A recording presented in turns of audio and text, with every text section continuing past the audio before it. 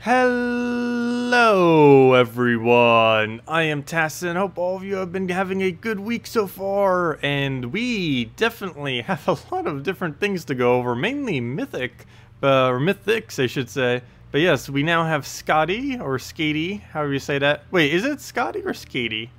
I've heard it said both ways. Skadi seems more right, because it is female.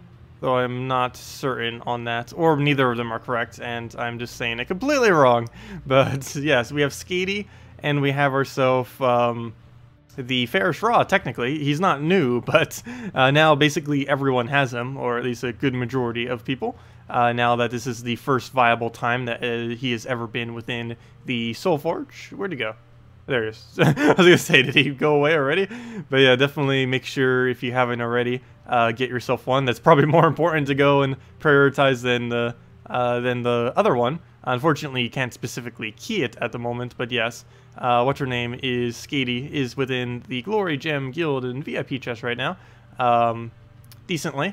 As far as what you would use it for, mainly for things like Guild Wars for Blue Day. Also works out pretty well for quite a bit of mana. This has personally been my favorite team with it so far, just throwing it with a double exploder into Skadi into a damage source. And for this current moment in time, I've mainly just been using it with the Uriali, just so we could get the quick, ideally triple cast true damage kill. I think we could sometimes even do it in double, though we'd have to lower the trophy, probably to like a 1 or 2 trophy, to be able to get a really decent double. But let's get our quick mana. We have 4 different ways to do it, so it's pretty easy. Very rarely would we not be able to get all the way up with that. And I guess we'll go in blue and get another blue explosion. This one doesn't have the choice. That one we have to go in blue. Luckily with the blue storm, though, we don't really need to worry about there being a lack of them, because there will always be at least a decent amount coming in every single time. Using it with a core vash, stuff like that, works out pretty nice. Core vash so you can move around the team so that you can specifically target down where it's going to drain is pretty nice. There's a lot of weird combos that you can do with that. So we'll go move that. I don't think that really helps us much, though. He's going to be ridiculous because of how poisoned he is. This is probably the worst possible team I could try showing it against immediately, because poison, you never want to try poisoning a humility. It is just going to become ridiculous how much stats it starts getting, and that is basically the point at where we're at right now in this battle, is him just going crazy with that.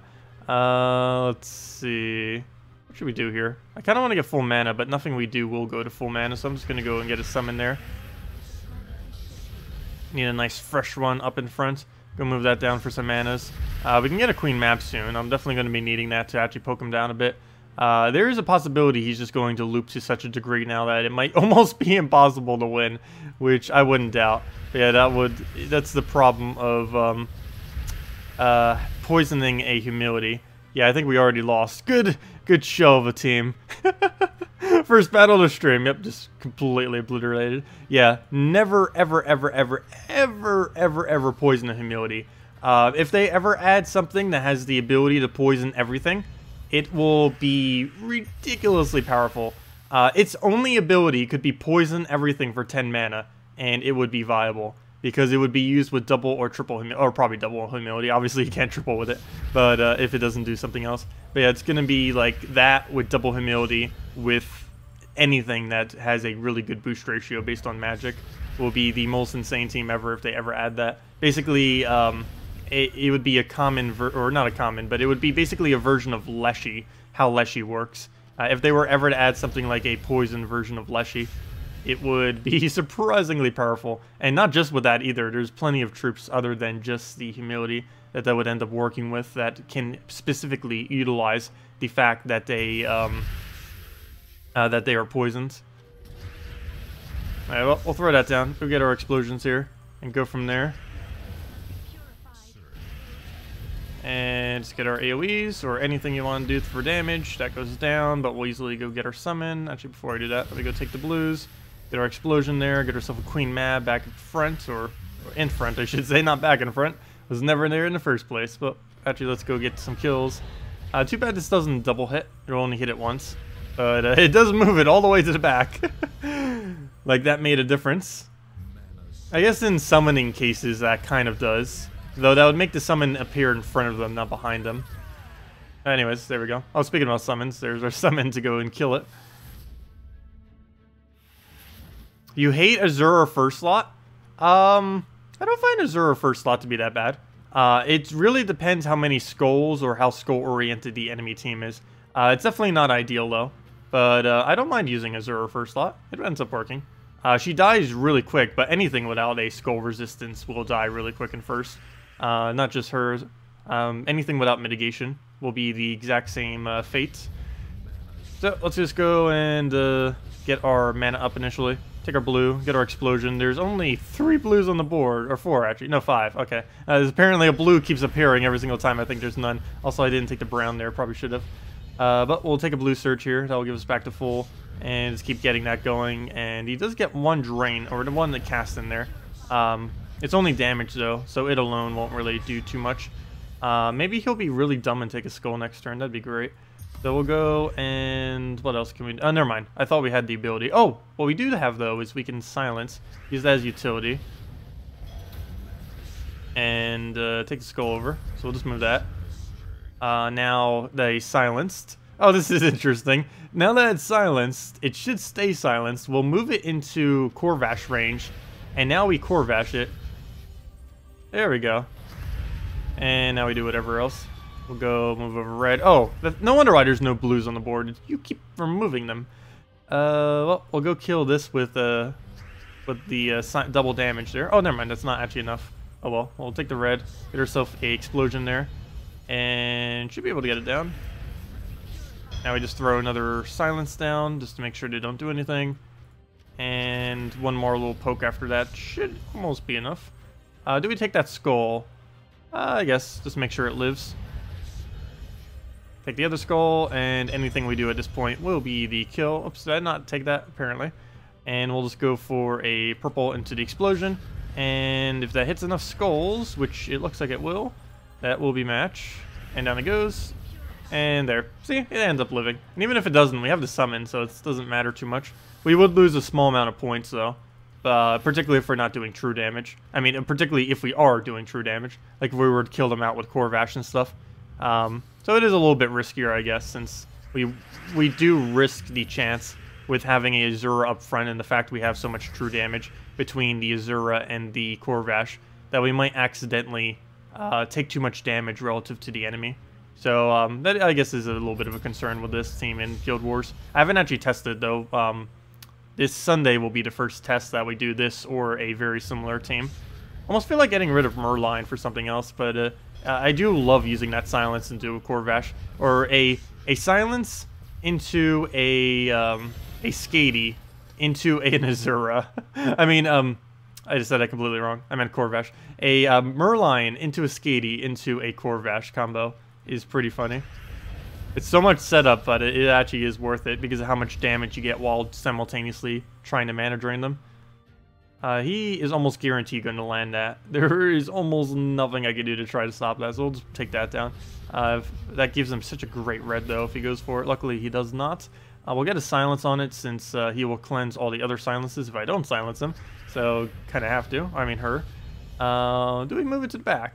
Does it even matter if we move it to the back? Not really, but we will. So we'll do that. Get herself a Queen Mab. That will allow us to do quite a bit more damage. Wow, that worked out quite conveniently there. No free skull. I don't think I'm going to bother silencing again, so we'll just go for this. I will in another turn if it doesn't go right. Do we do it now? No, I can't. Need to go take that. Now I might, just to make sure we kill it out. Oh, good. Perfect. It hit both the ones that are already silenced. In this case, that actually is perfectly fine. So, oh, before I do that, let me go move that. Get the kill. Now they're both right on top of each other. We'll just go get herself a little bit more mana. And then Queen Mab it into whatever else. Do we need a skull? It gets half cut, but it'll have more mana, so it'll probably kill him by then. Yep, and that should be enough damage. And now we just need the last little poke on anything. Actually, a skull might not be enough because it has armored. Oh, wait. No, it doesn't. Oh, yeah, it does, but it doesn't. It does have armored, but it doesn't have the trait armored for whatever reason. The final trait. I guess it couldn't afford it. It's definitely not really a troop that you would bother trading first, that's for sure. So what do you think of the Mythic? Seems a bit lackluster to you? No, I've been enjoying it quite a bit. Seems pretty average out there. It's definitely not above average, I can say that. It's more of a utility troop than something that you would shove onto every single possible team you would ever use, which might seem like why it's a little bit weaker. The main thing that it's built for is currently non-existent in the game, and that's the main reason why it probably feels really bad, right? Or not really bad, but you know, not having as big of a purpose right now. But its main purpose is to counter out a skull spam team. But skull spam isn't really used right now, so it doesn't have much of a purpose compared to what it could be used for. Because that's what it's made for. Everything about it is completely centered around that. Freeze counters out skull very well. Mana burn not so much, but they just wanted to give it to it. But moving the first two enemies to the back is basically just an instant get rid of any skull spam team instantly. The whole setup of it does not function against it, and then you even get a Queen Mab, which is additional freezes on top of that, which will make sure they can't skull spam you or actually turn off of it. But yeah, she's really geared towards that. The only thing she doesn't really have is any mitigation towards it, though you would never be using her in a slot where she would be hit with skulls. She's almost always a third slot because of her utilities that she has. You want to make sure you keep her alive. You might occasionally do her in fourth slot, but of course the obvious problem with that would be if they have a Kraken, she would get devoured, since she does not have immune to devour. But I don't know, I don't think she's really that weak. I wouldn't place her as one of the best mythics, that's for sure, but she's definitely pretty decent. Above average, but still more towards the average. Her ability itself, I would say, is probably average, mainly because the purposes when you would really need this ability are very rare when you would specifically need to do this exact move. It's nice, but you would need a specific team to be using it against. It's not something you would shove against everything. The main thing that makes her always viable, though, is her final trait. It doesn't even matter what her ability is, just that trait alone is enough to make it worth getting her, just for when you may end up needing it. Not to mention the type of synergies that this will have into the future, or that might be figured out that will be possible with future troops. Not to mention just putting a Ragnargord with it and Azura and other related troops. Really nice with it, just to get a good blue loop going. Similar to how you can do the same similar concept to a Umber Wolf, where you basically just never cast them and use them only for the storm and nothing else. Really, did he just live with 1 HP and now he's in the last slot so I can't damage him? That's a fail. Let's see. I'll go take the red there. Get herself another Azura. There goes a Queen Mab. I don't have any mana burn protection. Luckily has 0 attack, so I don't need to worry about these skulls.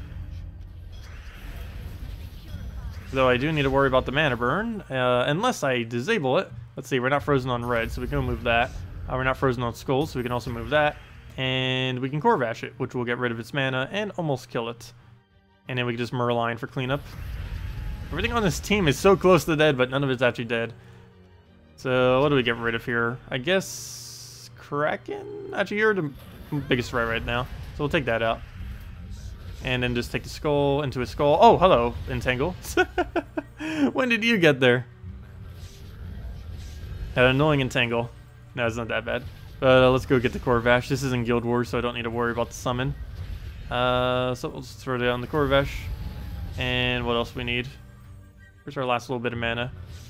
I guess we are going to worry about the summon. Never mind. I lied. We'll go take the final skull, and down it goes. Also, hello, everyone. I didn't even say all the hellos. Hello, JZG. Hello, William.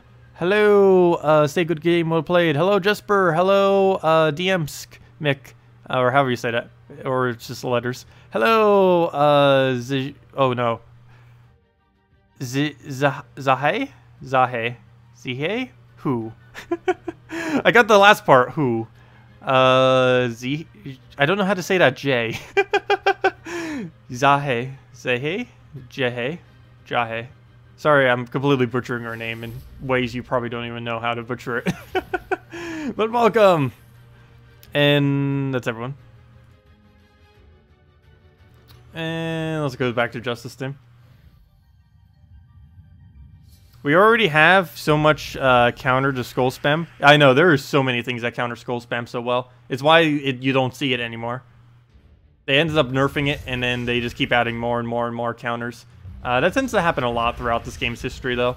They'll nerf something, they'll nerf it again, and then natural counters will keep coming into the game that will keep additional nerfs on top of it. But all these nerfs are basically indirect and not really specifically trying to nerf them, but it gives the result of nerfing them. There's a lot of things that basically will get like a small tweak that will make it weaker, and then indirect things will keep nerfing it without them even intending it, making it even weaker than they initially anticipated, to the point that they could almost revert it back to what it was before, and it would be fine. Because it tends to be the cycle that happens. Like, there'll be a really big issue with a team. They'll, like, come up with some kind of solution for it. They'll implement it by adding, like, a few nerfs and stuff.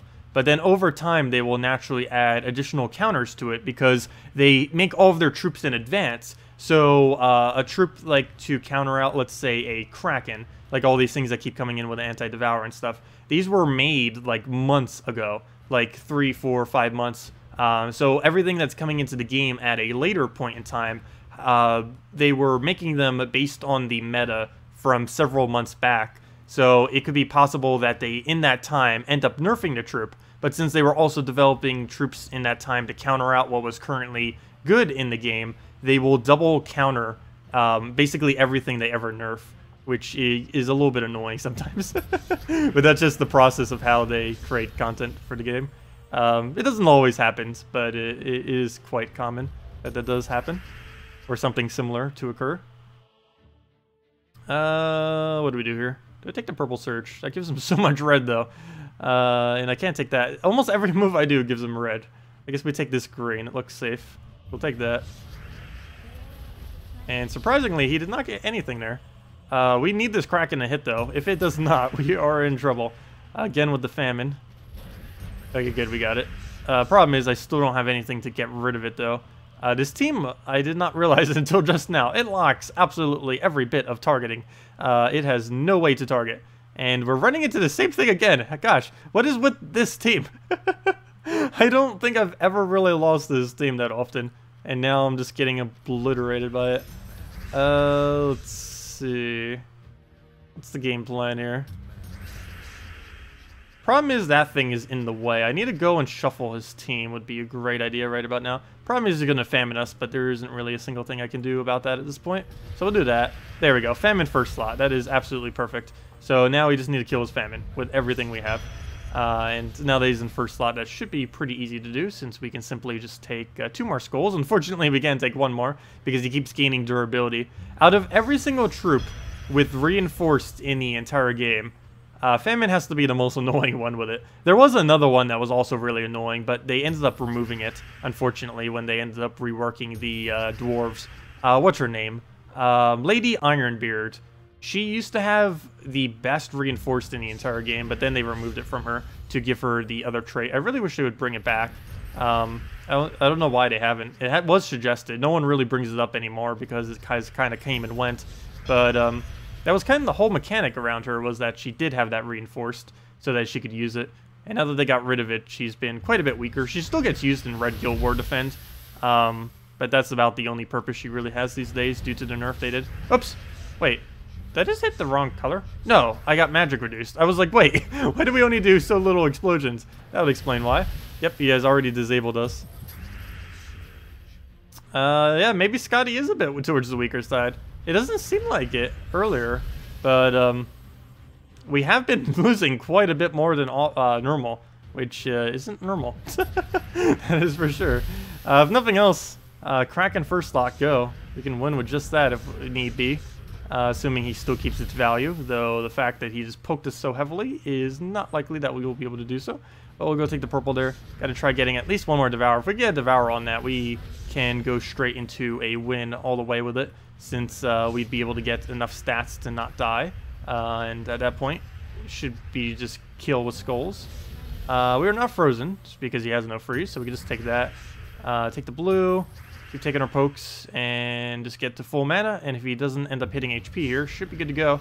Or, of course, double HP. Why would it be any other stat reduction? I would have even taken attack at that point, would have been fine. Gosh. But yeah, wow. Maybe we do need a reality in some of the bigger ones there. But then, you know what? Let me go try with Infernus. Let me go try building this into a Infernus build. What do we still need now? Yellow? Is there a minus... I mean green. What's the minus green banner? It's +2 blue, +1 yellow. That doesn't really help us much. What can I replace out this team? I guess Azura. What would be a good... Oh, you know what? We could probably try putting World Breaker. I think that's a bit overkill. Oh, you know what? We could put a Mercy in it. Let me put a Mercy. Mercy, Rag. First slot Rag is also as annoying as first slot Azura, but still a little bit better. At least he has a higher attack, though he has a lower durability, which makes it even worse as far as him surviving. So let's go try this with a Mercy. I'm not going to put a double yellow banner because I still need it centered around Rag. Any idea how many team slots you can have on PS4 and how to get more? Most of them come from VIP. I believe you get... I forget how many you get for free. I believe it's 25. Are you VIP 1? Because that would then be 25 then. But yeah, I believe you get 25 slots from natural leveling, and everything else comes from VIP bonus, if I'm not mistaken. Pretty sure that's how it is. And you get all those slots up to level 250 or 230. I know initially it's every 10 levels. You end up getting another slot. I believe you eventually reach a point where it goes a bit slower than that. I forget. But if it is every 10, then yeah, I believe it just goes all the way up to 250 then, if that's the case. I forget the exact, because they end up changing it a couple patch ago to give more slots to everyone. And I forget exactly what they changed it to off the top of my head. What to move here? Go take the blue. Let's get that over. Well, we can get a double mana burn into the double freeze, and then just move it back. I really wish she had anything that touched the board. Would make her so much better. Because you always have to risk a little bit whenever you put a troop into your team that has no board control whatsoever. Because you will always lose your turn every single time you cast them. So they have to make sure they use their ability to the fullest of their capability. Otherwise, it's just a waste. Because look at all that value we get from that Infernus. Even though he barely touches the board at all, you still get so much from it sometimes. And that's match, assuming it doesn't revive. And down it goes.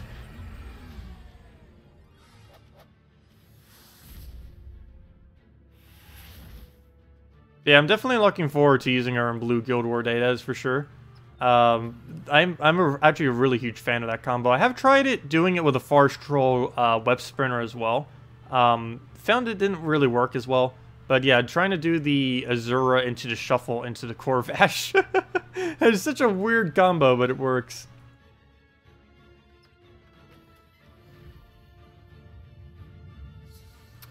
Is it 26 for free? I don't know where the 26 one comes from then. Oh, why did I not use Mercy? Well, I guess it doesn't matter. Red and yellow would have been the exact same thing there. But I could have gotten more mana from the follow-up. Oh well. We'll have plenty more times to do Mercy on this board. That is for sure. We'll go throw down, I guess, on red. Get a nice spread. Almost the whole board. Get her extra turn as well. And do we shuffle? Do we even need to shuffle? It would bring Famine to first slot, so I guess the answer is yes. So let's go do that. Oh, you know what? I never thought about that either until just now. Third slot might not be the safest slot anymore. Though realistically, she's not going to be used a lot on defense.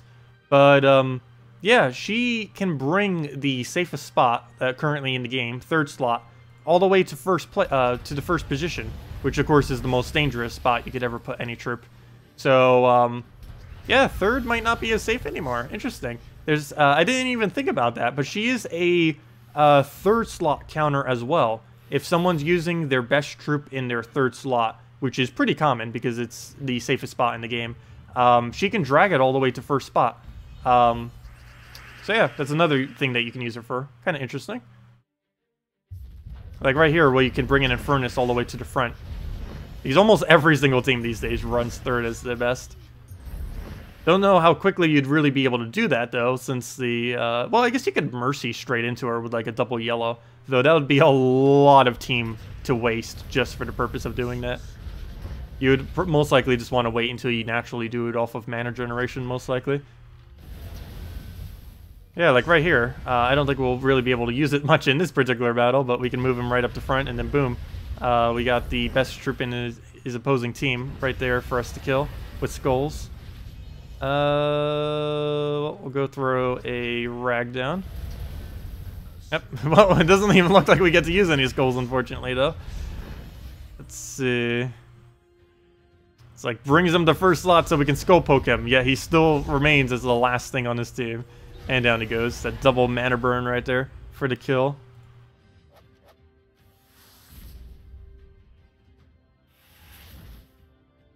Let's see.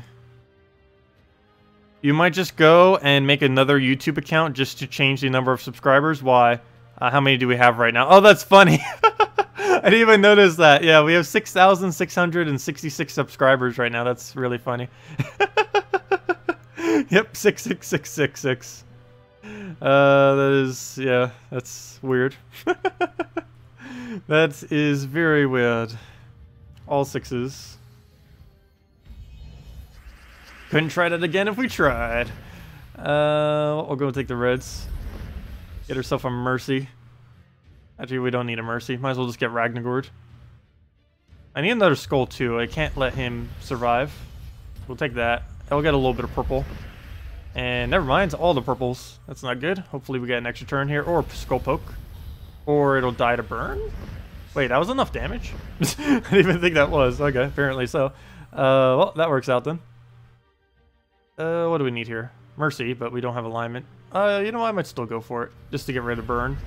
Burn isn't that much damage, but still, it's more than nothing. So we'll get our mana burn here. Move that.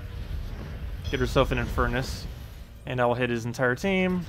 Gets the Infernus kill as well, because it moves him to the middle, where he gets hit by all of it. Okay. Well, that's not good. I kind of needed that cast. And now we just have a gigantic Infernus sitting there. Alright, we'll go move that down. If any of you guys have any other questions, any team builds you want me to do, anything of the such, let me know, and we'll definitely make sure to go over it. Otherwise, for the most of the day, we'll mainly be messing around with either Skadi or Farish Raw, most likely. I'll probably throw in some just Farish Raw random farming. Not just because we need souls, but also because, yeah, Farish Raw kind of just became available to everyone in the game, or most everyone. Everyone who's been saving for this moment, this wonderful moment. But yeah, don't forget. I think I mentioned at the beginning of the stream. I want to keep mentioning it just so everyone remembers. But yeah, don't forget. Get yourself a level 10 Soul Forge, and if you have 4,000 diamonds, craft yourself a Farish Raw. It is the most valuable thing you could ever craft. There is no mythic more valuable than a Farish Raw, or anything diamond related, or anything in the entire game. He is literally the most valuable thing you can ever obtain. So definitely go and get it. He increases the amount of souls you can gain by a very, very, very large amount, and you technically only need one. But 2 and 3, if you're specifically going into challenges, will increase the amount of souls you gain per hour. But you only really need one. You can run just kind of any standard Farish Raw team. Of course, this is like the general one I like to always just kind of shove in there. But there are plenty of others, and we covered it in the video earlier as well. I believe I still have it set. I do like using the Dragon variant. The Dragon variant, I believe, if I can remember off the top of my head, is a Mountain Crusher using the Hero class, a Dragon Soul, a World Breaker, and a Farish Raw. The World Breaker Farish Raw combo, if you happen to have it, is really nice with it, because you get to cover every color with the 2 of them, and then you can just keep spamming them like crazy, and just get your Dragon Souls occasionally, get your last little bit of mana, and just keep going from there. And whatever you don't get up by any of that, you can just keep casting the Mountain Crusher as well, which serves as a really low mana cost explosion. Okay, let's go and get rid of something. How about brown? Actually, he doesn't need brown. I shouldn't have done that. Oh well. Not that big a deal, though. We also don't need brown. So you're not the only one. So we'll go throw down the Dragon Soul there. 180 diamonds short of Farish Raw. How long will he be available? I believe they said till next Wednesday. Though I would highly advise trying to do it like as soon as you possibly can on Monday after you get all of your guild stuff. So, yeah, as early as you can on Monday, I would say trying to get it. As soon as you get all your diamonds in. But yeah, I believe they said Wednesday, but definitely do it as soon as you possibly can. Like, the second you have the amount of resources, make sure to do it, just in case he randomly gets removed. But yeah, I believe they said Wednesday. They said they were going to do it for a week. So, the end of Wednesday, on Thursday reset time, would be the 1 week mark of him being in the game. So, I would assume that would be around the time they would get rid of it. Let's see. Do we have a fair straw alignment? No, but I should probably cast it soon. Let me just get rid of Garuda, I guess. I don't even care if we have alignment. Let's get rid of it already. And then we just Dragon Soul, hopefully kill enough skulls to hit it. Actually, that's not going to be enough. 2 HP. Well, we could Dragon Soul into a fair straw or something. Oh, come on. Don't give it more armor. It's such a decent boost ratio, too, when you are with a bunch of your own kind. And we'll just throw that into Christine X. And one little poke of anything will kill it. And there you go, Dragon Soul. Did anything interesting happen last night on the dev stream? They went over a lot of stuff that they're going to be doing next year. Or maybe not a lot of stuff. They spoiled a little bit. But yeah, it was just mainly just answering the basic questions and all that kind of stuff. And giving a few spoilers for next year. I ended up spending the 26 minutes of the last night's video summarizing literally everything that happened. So if you're interested in knowing all of that, just go watch the stream from last night. The first 26 minutes was us summarizing their hour-and-a-half stream. Or was it an hour-and-a-half? I actually forgot how long it was. But however long their stream went, we ended up summarizing the entire thing. But, yeah. They didn't really give definitive answers to a lot of stuff, though, unfortunately. The most interesting thing, I'd probably say, is they were hinting at some kind of gigantic change that's happening to how home kingdoms work and just kingdoms in general. So that'll be interesting, whatever pans out from that. We also learned that... or definitively, or almost definitively, that next patch will be around mid-February, and next kingdom will be around mid-January. So now we all know all that. Though we kind of already knew when the kingdom was coming, but now we know it from them as well, directly from them. Let's see, what other interesting things happened? I ended up asking a question during the stream itself that ended up getting answered. And Surian seemed to be, seemed like he would be, he seemed like he'd definitely want to implement it with his reaction. It was hotkeys for PC, so that we can hotkey all of our abilities and stuff like that, with like QWER and stuff like that. Currently, that is technically possible, but you would have to keep switching between a controller and mouse and keyboard. Which would obviously be really annoying. But, yeah, it wouldn't be any different than the controller things that already exist. It would just be hotkeyed with the keyboard instead of a controller. That would make PC the quickest version of the game to actually play, mainly because you'd have the capability of both pointing as well as hotkeys, whereas mobile would just be pointing and console would just be hotkeys. So, yeah, that'd be interesting if they actually do implement that with no economy changes, because it would make PC very slightly quicker than every other platform of the game as far as farming resources. It wouldn't be that noticeable of a difference, but it would definitely be quite a bit quicker if you could just, like, for example, if we had a full Dragon Soul right now, if we could just click EE and that just casted its ability, clicking E twice, that would definitely speed it up by a second every single time, and that would definitely add up. And I am talking so much, I'm not even paying attention to the battle right now. That is over. Fail. That will happen. The struggle of talking and playing at the same time. Not a good idea. Never a good idea. Even after doing this for almost 2 years now, I am still not used to that, doing that. I don't think I will ever fully get used to doing that. Because you have to focus on either one or the other. Talking or the actual playing of the game. Well, we'll get that down. See if we can get a nice Christine X in here. Let's see. We'll get that down. And Gorgoltha, yeah, might as well go get her manas. Should be able to get a fair shot here. Nope, we don't have alignment. I think I might be able to move it into alignment, though. Let's go get rid of the greens. It should be right there. Oh, nope, never mind. It is not what I wanted, so we'll go for a Dragon Soul. And get our single poke in there. Or can we? Well, we can, but will we get an extra turn out of it? No, we will not. and that is important, so we're not going to go for it. And at this point, it looks like we're just going to kill him by KrissTigger, apparently. Anything we could do good for that? I guess we'll just get rid of blue for that little bit of color. And there we go, Fairish Ra for the kill. Off the summon, and down it goes. 2 times Fairish Ra, Valkyrie, and a Skadi. Interesting. I have not tried that. We'll definitely give it a shot. Okay, let's go. Oh, before I do, though, let me go switch to a winning team to guarantee this win real quick. Oops, that's not what I... Wait, are we using Bard right now? No, I don't think we're using Bard. Let me go switch over to the other soul farming team. Do I still have it set up? I think I do. Do I not? Never mind. I might have overread it earlier. That's unfortunate. What do I have that I can overwrite? Wait, is this it? No, that's the safe one. Mythic, Dragon Raw. Oh, there it is. Yeah, that was the one I was looking for. Yeah, this was the one I mentioned earlier. I did say it correctly. It was the Mountain Crusher, Dragon Soul, Fairish Ra, and the World Breaker. I just wanted to use something a little bit more consistent against this one Revenge real quick. So we'll go take our yellow, get all that going, take our other extra turn, keep getting our stats, and just kill them out that way.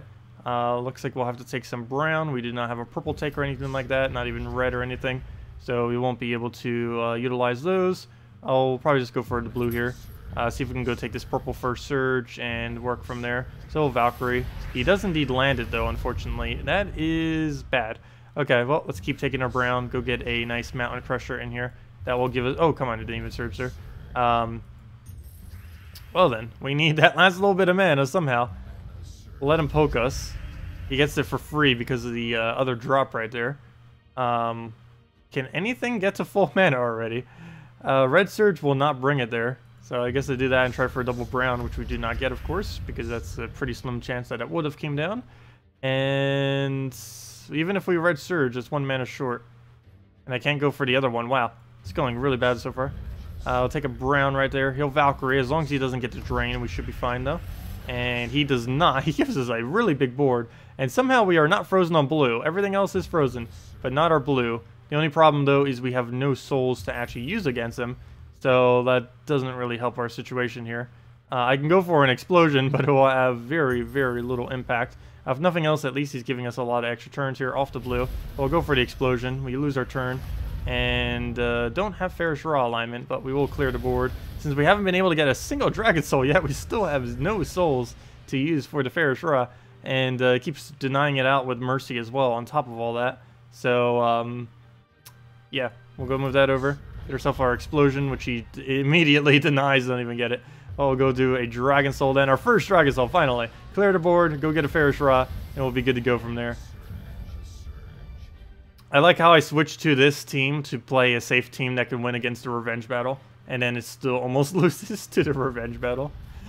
Well, we'll clear that out. And that should pretty much be matched at this point. We got the double combo of them. So even if we're stuck with just those two, we technically can still win. That's all we need. And we don't have alignment, so we'll just give it a Dragon Soul. Actually, could have taken that green. Oh, no, we couldn't have. We were frozen on it. And down we go. Wow, we didn't even reach max souls that time. What's the best, cheapest way to get into VIP? What do you mean by that? As far as the most efficient way to spend money, that depends what VIP level you're looking for. Generally, the two that people stop at is level 40 and level 40. VIP 3 and VIP 5. And VIP 3 costs $40 total, and VIP 5 costs $130 total. You can keep going further if you so choose, though those are generally the two most worth spots to stop at. I did a video going over in the past, but these days the 3 is still the same. What you would do for your to get up to VIP 3 would be to buy the Death Knight pack. Actually, it won't show up for me because I already bought it. But under one of these tabs somewheres will be a Death Knight armor pack for $50. Gives you a bunch of gems, a bunch of keys, and the Death Knight armor, which you can attach to your hero for 100% all of the resources. It's the only armor currently in the game with 100% EXP bonus, and it also gives you the 100% bonus of both of these simultaneously. It also, if you do this before you ever buy a dragon armor or celestial armor, it also indirectly saves you 1,000 gems, because if you have Death Knight armor, you technically do not ever need to buy dragon or celestial armor unless you want it to dress your hero in. I normally wear the dragon armor just because that's my preference, that or the pirate armor are my two favorite. But yeah, you technically would never need to buy any other armor if you just get that. So that's generally what a lot of people do, because that gives VIP 3, and it saves you from ever needing to buy any of these, wasting all those gems. So that's normally the path most people go. For VIP 5, there are so many different combinations of ways that you can do that. I don't even know what the most optimal would really be, but I'm pretty sure it would incorporate, obviously, the Death Knight armor, which would cover $50. Probably one buy of the new bundle that they ended up adding, which is somewhat decent. Let's see. It'd probably be that, one of the other $50 packs that gives you a Mythic and all those other resources. So it'd probably be Death Knight armor, plus I think the Growth pack, if I'm not mistaken, is the better one compared to the other one that's here. Let's see. It's either a bunch of trait stones or a bunch of gems, whichever one you value more. But yeah, it'd probably be Death Knight armor, one of these, the monthly deal, and then like 2 of the monthly gem things would probably be the way to go, I think, for VIP 5. There's a couple other ways you could probably do it too. But anyways, spending money meta. Let's see. But yeah, there's a lot of things that are within this game that are definitely not worth buying, that is for sure. Very, very few things. Like 10% of everything that's even available for money is even worth it. The other 90% is pretty bad. Anyways, let me go do the team that was suggested, which is the double Fair Shara into a... it feels weird seeing 4 Fair Sharas there. A double Fair Shara into a... Oh, you know what? I should test how long it takes us to win a battle with 4 Fair Sharas to see if it's actually viable to do it. I highly doubt it is. Maybe once Fair Shara can one-shot that challenge with his skull, I will try it. Because that could potentially be a really good rate. But I would have to mess around with that later. Anyways, what was I doing? A Valkyrie and a Skadi. There we go. Get that in there. And what do we need banner-wise? Probably just a +2 red, +1 yellow, -1 brown. Doesn't matter if we minus the brown. What matters is if we get the Valkyrie up as quickly as possible. You used all your keys and no Skadi? Yeah, that will happen sometimes, unfortunately. But then you spent 5k glory on chest, and she there she was. Oh, nice! Congratulations. Very nice.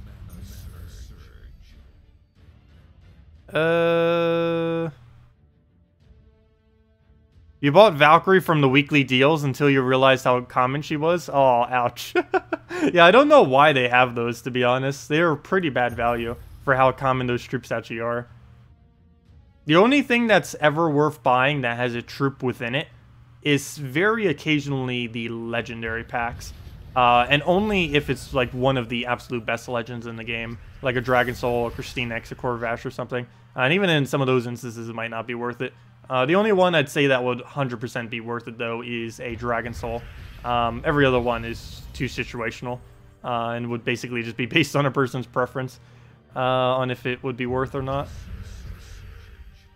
Okay, but let's go get a Fair Shara, throw that down, get our poke. Oh wait, why did I not do that first? I could have killed out first slot. Fail. Well, now I'm gonna have to re-kill it. Let's see.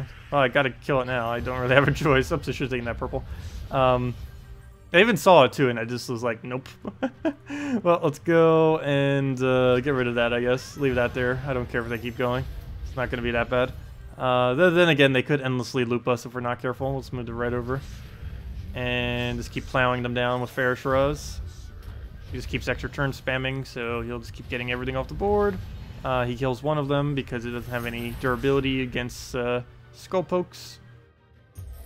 We'll move that, get herself a nice Fair Shara, kill that out, get her extra turn, and plenty of mana from that, wow. And that is match right there. And we should get ourselves like 430, I think it is. Almost got it. Almost got it. I was 10 off. 440 is how many souls we get from that. How do you get redeem codes? I get them from the developers of the game. They hand it out to, or they allow people who create content for the game to hand out redeem codes and stuff.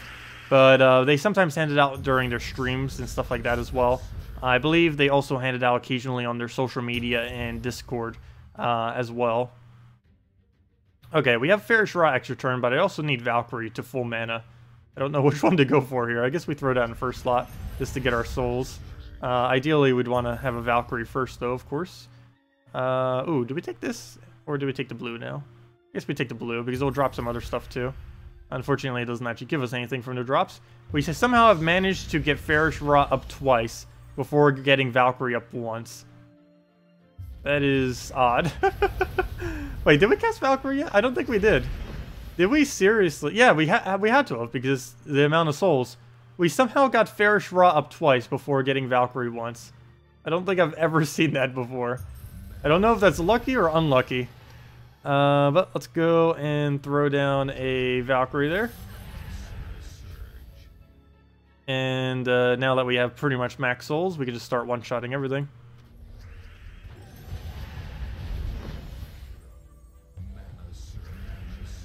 And there we go, that's everything we need. Fairish Raw into another Fairish Raw. And I don't believe it matters if it dies or not. Let me go do another battle just to double check. This will be 440 again. Let me see if we also get 440 on a battle when he lives. Because he died both the last two battles. But I believe it still gives you the bonus. I'm not 100% certain on that though. They changed it several times and it keeps moving back and forth. And I don't even know what the intended version of it even is anymore. Because it keeps changing constantly. Almost every other patch, it feels like the way it works functions differently. But let me go test it right here to see how it currently works. Just so we know if it on these kind of teams, if it does or does not need to live or not. Okay, let's go take a Valkyrie. If it drains us, it doesn't matter because we have no mana on him right now. Though, I do need him to live. So that actually is, it somewhat does matter actually. Let's go try for the yellow, we miss. Try for the yellow again, and hopefully not miss. I'm not going to take the green into the blue, might as well just try the yellow chance, which we miss. A color we need, but not where we need it. So we'll try for a purple-blue. Oh, never mind, we get our yellow there, finally. So now we get a Valkyrie down, hopefully with good alignment. Green seems good enough, we don't use it, so get rid of it. And that gives us some souls. Not enough to kill, though. Where is it? No, I don't think that's enough. Oh, no, it is, never mind. And we get the poke. No, don't die, no! Will I ever be able to get a win with it living? Let's see. Let's go get ourselves a Fairish Rod so we don't have to deal with that. Get that out the way. Good morning, Xeris. Welcome. How does everyone find new Mythic? Luck. All the lucks. Someone got it off of 50 of the lowest possible guild war. Or the guild chest. The lowest possible guild chest someone ended up getting it off of. By only opening 50. That was pretty lucky. But yeah, it just comes down to luck sometimes. Other than Soulforge, there's no particular way to focus down Mythics. Also, I think we just lost. Though this team wasn't really made to winning. This is one of the whole reasons why, in general, I don't really... Well, that, and I shouldn't be giving them that. But this is one of the reasons, in general, I don't normally run multiple Fairish Raws into a PvP team. Just too high of a liability. He's really flimsy, and if you don't get your mana going correctly, it's not going to go over well. But I still need to get a battle and see what happens. I want to see how many souls we get for him not dying when we do a battle. So let me go get our mana. As I say that, let me go let him get poked. But should be fine. We'll just go convert this brown out. Next will be the green, once we can get alignment for it. We do not have enough souls to kill, but I guess we can go for the poke, and that should bring it low enough, or pretty close to it. There we go, exactly so. We are frozen now on purple, so we'll move that over, get our reds. It gives us another cast. Hopefully it doesn't kill. Don't, stop it. Stop, don't take a skull. Stop it, stop all the things. Okay, well, that's not looking good. Let's see. We're still in one-shot range, I think.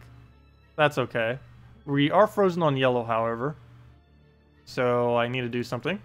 Guess we'll throw a fair straw. We're also frozen on purple, but that was to be expected since... Oh, come on! We could probably go another 5 battles and we won't even be able to keep them. Actually, I even win the battle because of all the high mana that we keep getting hit by. Well, I can get a fair straw, get 1 more kill. Actually, is that even enough to kill? I think she gets to live with, like, no HP. Yeah, 23. Barely.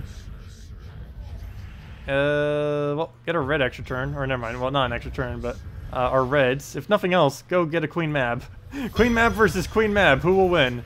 Apparently Queen Mab, because it just got a mana burn. Let's see. Well, that's matching. Can we get a single battle where it lives? I don't want to have to go to a weaker battle. I will if I need to, though, at this point. Yeah, this is why I don't use multiple fair straws in a team. Ever. Or I shouldn't say ever. I mean in PvP. Obviously, for challenges, you can get away with it because the battles are so much easier. But for PvP, not so much. Because this will happen sometimes.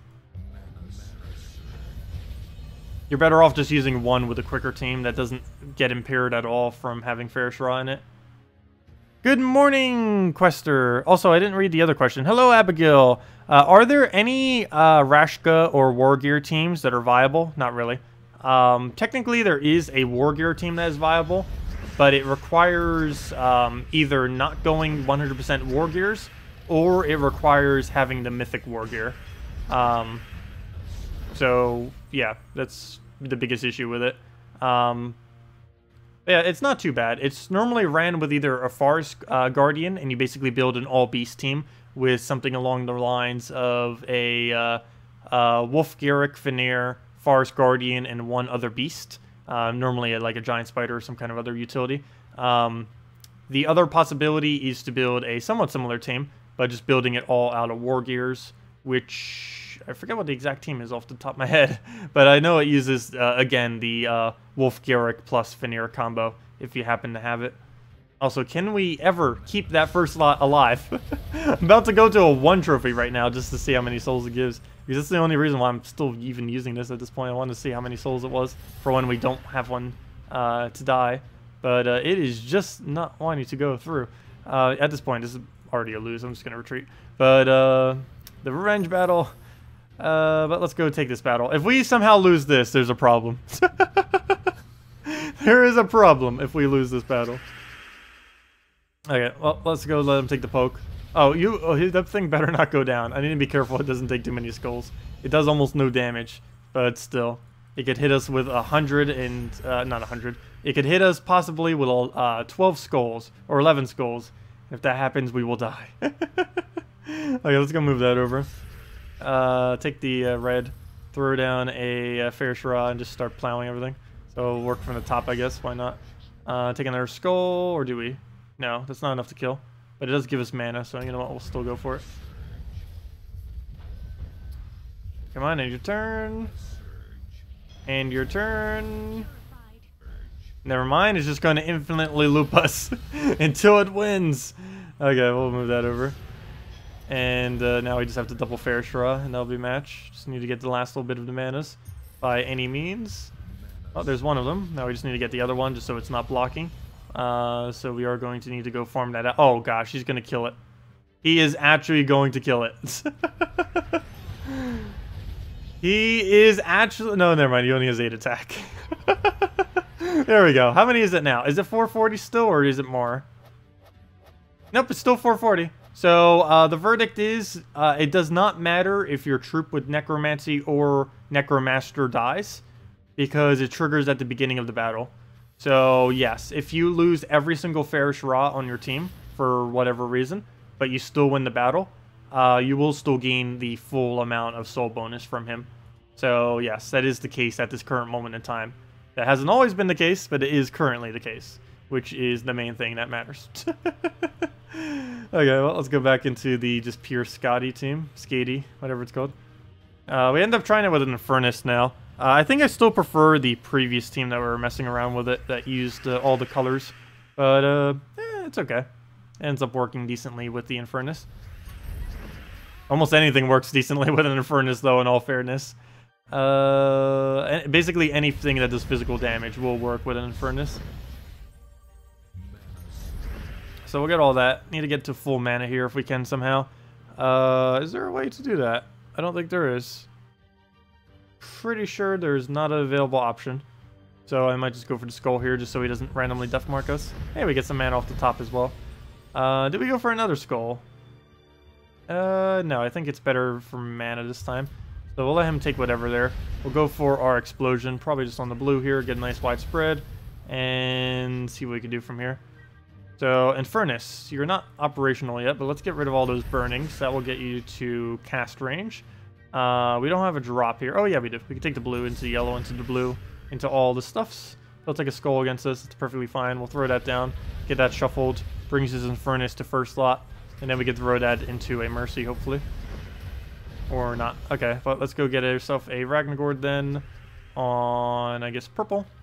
Red also actually probably would work better. Nice little Mercy. Go get the heal. Make sure we don't lose anything. Get another explosion down. Too bad this team is in pure blue. And Mercy again. Get the Infernus in there and that's match. Which time is it for the redeem code? Normally we give out the redeem code around 12 p.m. and 2 p.m. I mean, 12... Wait, actually, what times do I normally give it? It kind of is weird these days. But yeah, normally around 12 p.m., around that general time frame, we give out the first one. And the other one is like randomly after that, normally.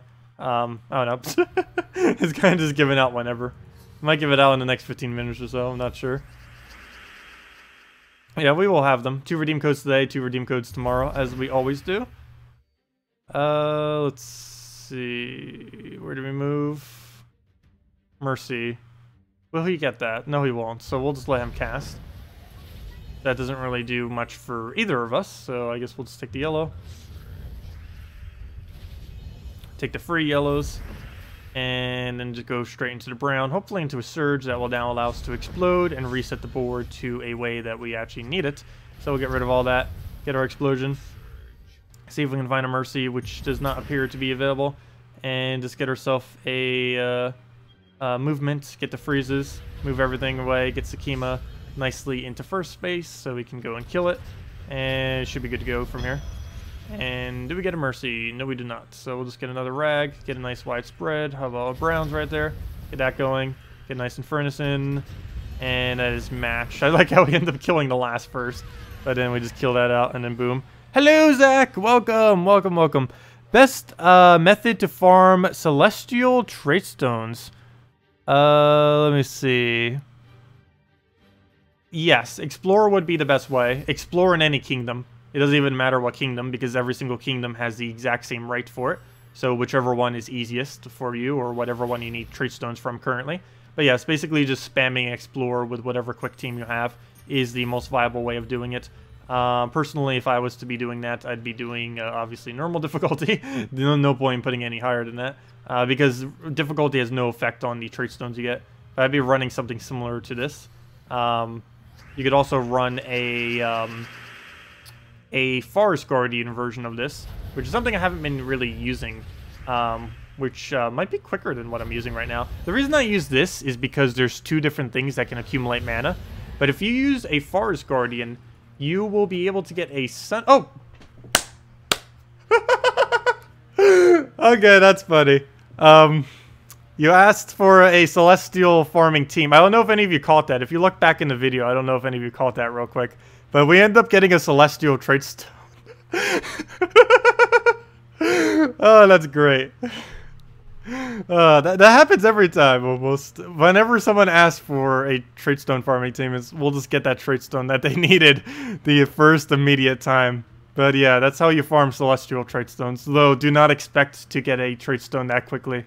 I think it's 1 in every... Oh, what was the drop rate for? 1 in every 33 battles is approximately how many you get it. Though if you get lucky, you'll get it every battle. No, just kidding. But yeah, that's pretty funny. But yeah, it's about a 1 in 33 approximately, somewhere around that ballpoint. A normal battle is around a 1 in 100 chance that you would get it, like from this PvP battle right here. But Explorer has 3 times the rate of getting them. I'll go take the red over. Get the Dragon Soul down. What is that? An Elspeth, Penguin. Let's see. Crimson Bat, Elspeth, double Penguin. That also works. Yeah, Elspeth into anything is pretty quick. That's what I used to use. I use Elspeth into Bombot. But yeah, there's plenty of different various teams that you can build out of that, depending on what you have available, assuming you have a fully traded Elspeth. All you need is a really high damaging troop, a fully traded Elspeth, and any Guild War troop fully traded that is the same color as the troop you're using to kill the enemy team. And then you just use that. Okay, well, go throw that down. And that into a Dawnbringer might be the match in itself. He has really low durability. There we go. Dungeons is so easy now after you advise Dwarven Gate plus 2 times Valkyrie Tesla. Oh yeah, no problem, Grant. Yeah, that team is really, really strong. You can run that through the entire game. It upscales based on your enemy. So, yeah, you almost never really need to worry about losing. Yeah, it's a really weird but decent team. Oops, that's not how you spell dwarf. Dwarf. Valkyrie's already there, don't even need to do anything. And Tesla. But yeah, this team is really, really potent. You just run it with a +2 red, +1 yellow. And just immediately get your Valkyrie up, get into double gate, keep yourself protected with the gates. Always cast the second gate first, because that gives you the protection against skulls. Because if you do it the other way around, you'll kind of just waste it. The barrier, that is. Do we not have all the things on this board and we don't have anything? There we go. Nope, I was going to do it on brown. Okay, good. We did get it on brown again, so we'll get rid of that. Obviously, we'll want to try hitting it on one of the 3 colors we don't use. Very occasionally, you will have to use it on a color you do use, but obviously, want to try avoiding that the best you can. Normally, you would do the second one. Unfortunately, we were not able to get a good enough Valkyrie, though, to be able to do it that way. But we'll go throw that down. Get our Tesla down, just make sure we remove all the extra turns before we do, obviously. And good to go. Just let him do whatever. And he just takes a poke. We'll go and just throw, I guess, a double gate, or we could just go straight into a Tesla right now. Only problem is we would have to convert out something we need, like red or something, if we were to do that. So you know what, I am going to do that. We are going to do that on yellow, just so we get some skulls. He does a really, really low amount of skull damage, but still, that's less that he's doing to you or the enemy. And we just throw that down again. Oh wait, we could have just won with the Tesla. I didn't even need to do all that mess. But yeah, double cast. Yes, we have 6,666 subscribers right now. 66666. Yeah, it's really funny how that ended up turning out that way.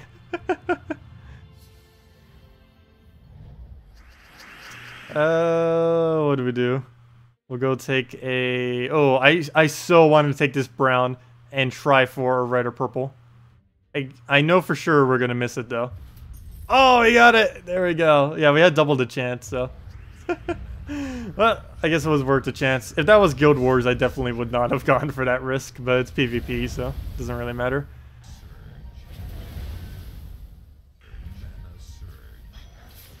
Also, I find it funny that what was originally added to the game to be the most competitive version of battling is actually probably the least competitive version of battling in the game now. Or maybe not the absolute least. But PvP used to be a lot more competitive, particularly when they first added the the leaderboard thing.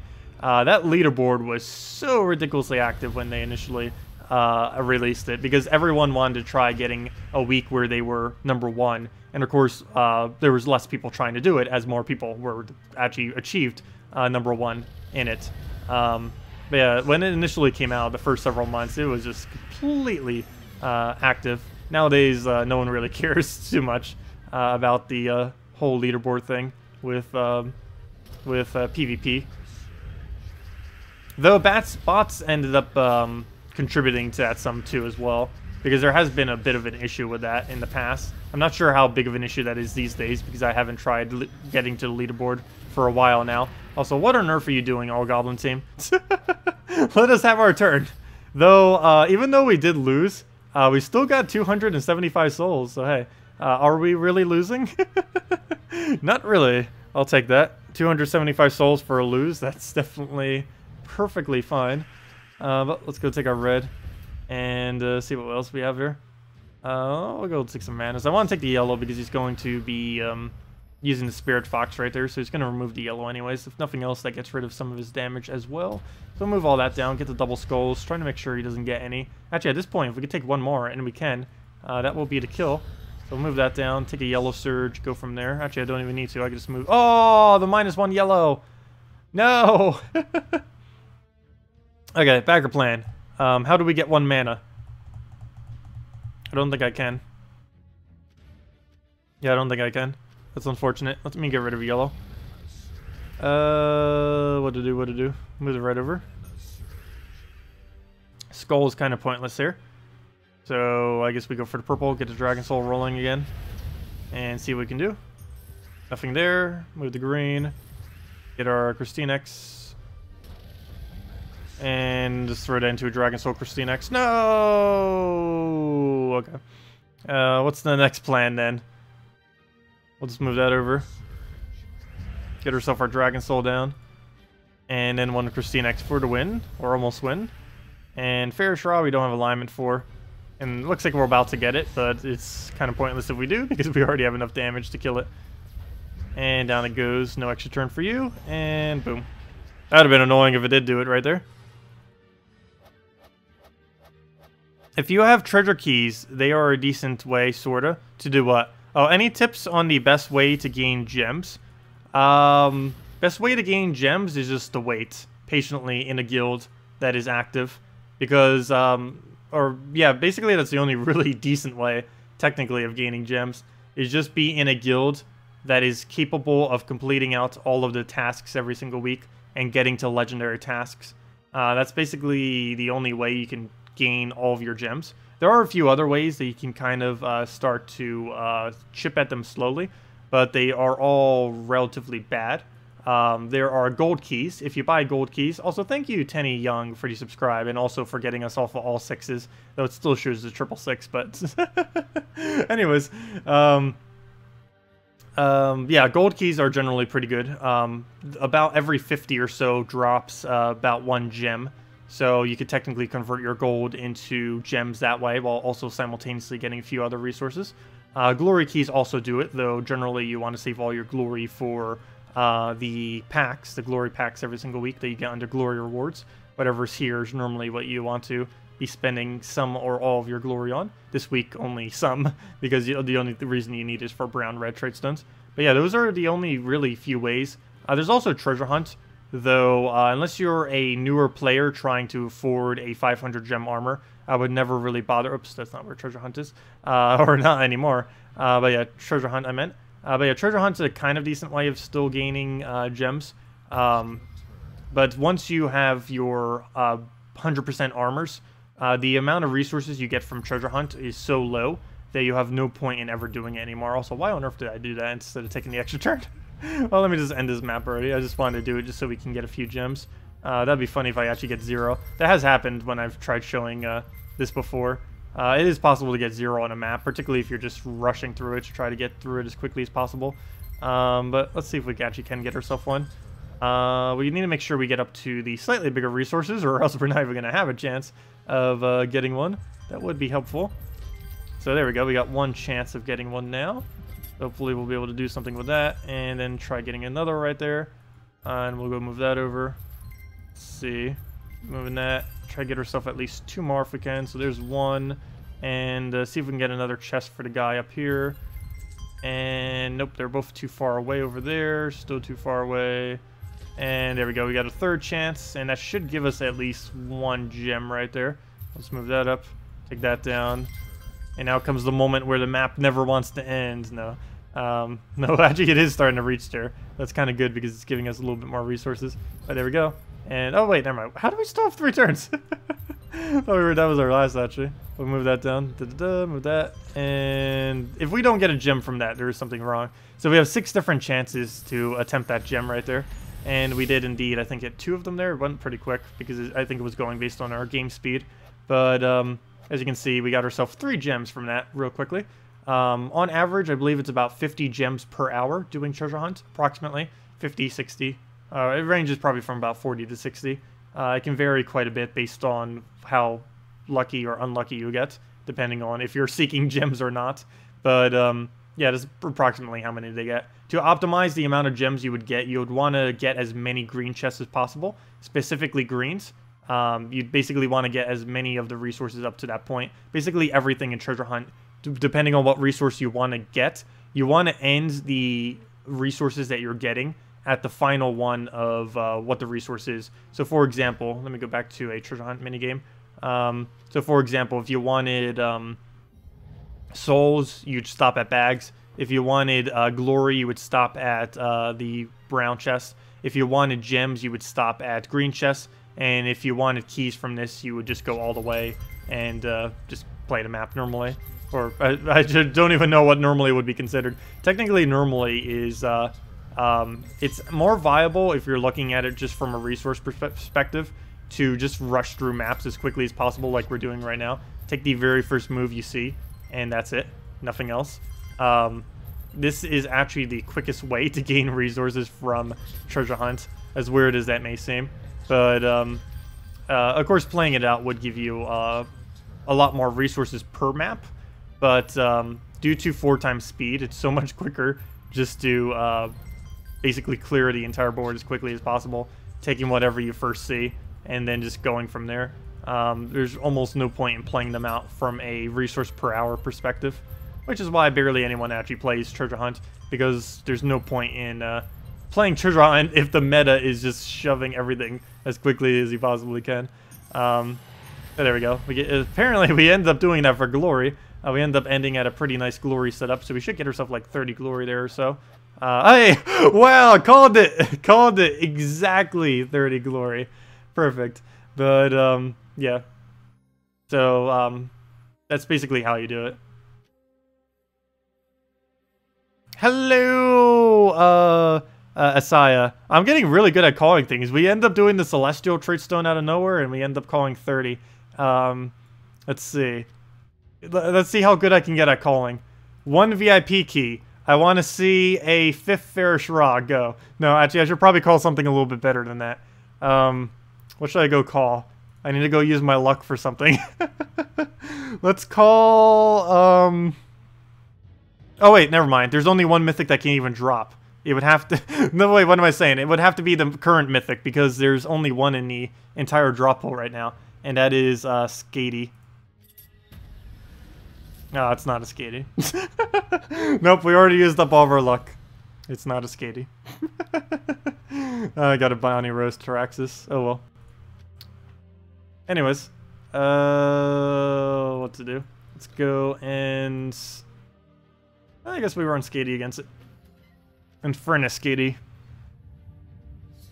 Oh, so hello, RapPF. What would you choose on the Soulforge 2nd Fairish Raw or 1st Elamagrim? Ooh, that's a hard choice. How is your Guild Wars going? If you need Elamagrim for Guild Wars, I would say go with the Elamagrim. If all of your Guild War days are going perfectly fine and you're satisfied with what you currently have for Guild Wars, I would say just go with the 2nd Fairish Raw. I may just say go with the 2nd Fairish Raw in general. I don't know. That is a hard decision, though. I don't know. It really just depends on how you feel like you're doing in Guild Wars at this current moment in time, or if you even care about doing good in Guild Wars. If you don't care at all, then definitely go the Fairish Raw. I think in the long term, it might be better just to go for the Fairish Raw now, unless your guild is specifically really going hard on Guild Wars. Because you're not really going to gain much more of a benefit from having the Fairish Raw in Guild Wars, whereas you are going to gain quite a bit of a benefit for yourself by having the 2nd Fairish Raw. Not to mention, who knows when another Fairish Raw is coming around. But yeah, I'd probably go with double Fairish Raw. Alright, we'll get another Infernus in there. Draculus, Azura, Skadi, and Behemoth. Sure, sounds perfectly fine. We'll go try it right after this. Let's go get her Mercy to go get herself another explosion. Why are you 1 mana short? Also, I'm curious if they're ever going to nerf Infernus. They ended up buffing him a really huge buff the other patch out of nowhere for no apparent reason. And he's been used so much since because they just randomly gave him like 50%, not 50%, 25% more damage out of nowhere. They're like, here, have 25% more. Because why not? I'm not sure. I know he needed a little bit more damage because that was something that was brought up as a concern. But I don't know why they gave him 6. They could have given him like 2 and it would have been fine.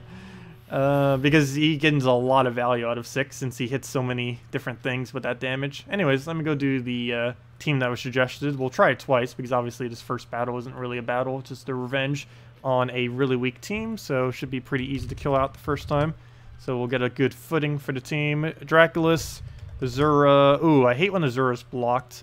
But we'll still be able to get it. I assume the banner will have a +1 purple. A Skadi. Also, which one is it? Skadi or Skadi? Or are both of them wrong? Is it Skadi or Skadi? It sounds like Skadi would be correct.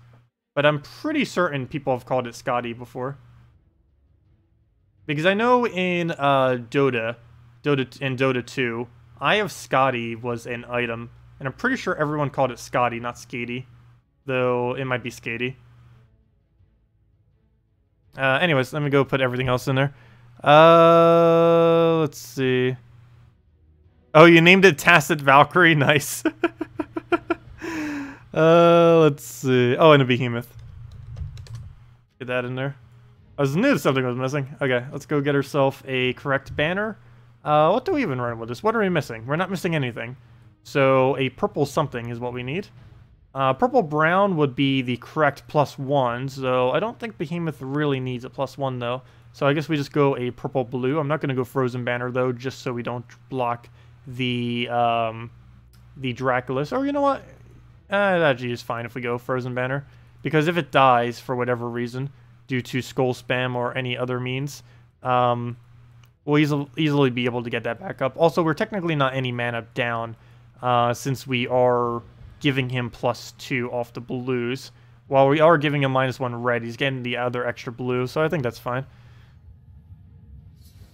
Skadi? Skadi.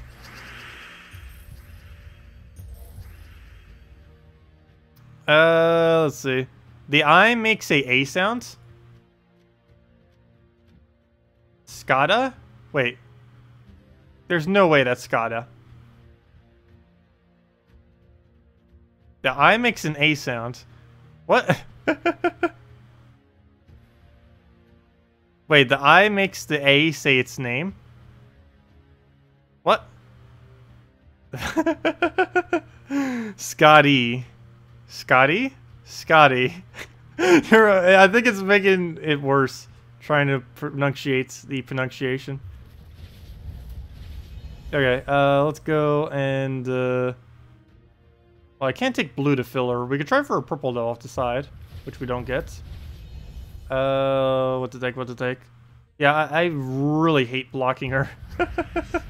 It's one of the reasons why I actually do tend to put her so often in first slot. That or I at least use like a RimWorld or some other thing with her. Because, I don't know, I just have a weird thing about blocking her. I know there's other troops very similar to her that I do block. But there's something about her specifically because of a 14 mana cost that I hate blocking. Like if she was 12 mana cost, I actually wouldn't mind blocking her on one or both of her manas. But for a 14, I just always love doing a +1/+1 on that because of how smoothly it works. But if it's blocked by 1, you can't really get away with those kind of methods. Okay, well, we'll go take ourselves a blue. That'll give us another Draculus to cast down. If nothing else, even though we're about to lose her. Come on, I don't even put her in first slot, and she's still going to be the first one to die. But one more cast should be the match right there. Almost match. He has a lot of HP, apparently. And I don't have any magic buff, so... Oh, purples! I didn't even take you. What? These blues, or these colors are hiding from me. We'll go take that down, get ourselves some AoEs. That's not true damage, but it is AoE at least, so... Does get a kill there. We'll go throw down some true damage. We'll only get 1 kill, but it is a pretty important kill. It's his summoner. We'll make sure to take that first, though. And I guess we just true damage that. And then we go from there. You know what? Maybe I should have threw this first, because we would have gotten more damage on it, and it would have died. But hopefully we'll get an HP reduction or something here. Or at least full mana so we can cast this thing already. For the final blow, and there we go. 289 life. Oh, the lives. Can we call Exynos chat now? Skiddies? Or Chatnos? I don't think I could mispronounce it that incorrectly. Skidday? Is that how you say it? Skidday? I can almost guarantee it's not called Skidday. Skidday? Skidday. Pretty sure it's not Skidday. That or I'm saying it worse. But yeah, this team seems okay. Not a huge fan of the blockage, but if we could get enough purple on the board, it would work. Problem is we would need a starting board that has enough purple. Because that's the only thing we have for mana generation is the Azura. Everything else is just swiping. And of course we have no purples. But we'll go throw some of these down. Oh, he has double humility. How awful. I don't know why I've been randomly struggling with double humility all of a sudden recently. Oh, let's throw that down. Doesn't help that I'm using pure true damage, or not pure true damage, but partial true damage against a double humility team. But we'll go throw another one down. And, well, I guess the battle went okay. So we'll go take a purple. It did not surge, but we have another purple. And we do indeed land the yellow extra turn. That kills off of HP reduction. We'll throw down the mana burn. Actually, we'll wait our turn. He'll take more mana, so we can kill him with that. And perfect. And that will kill him out. And then we can just Draculus for the last little bit of damage.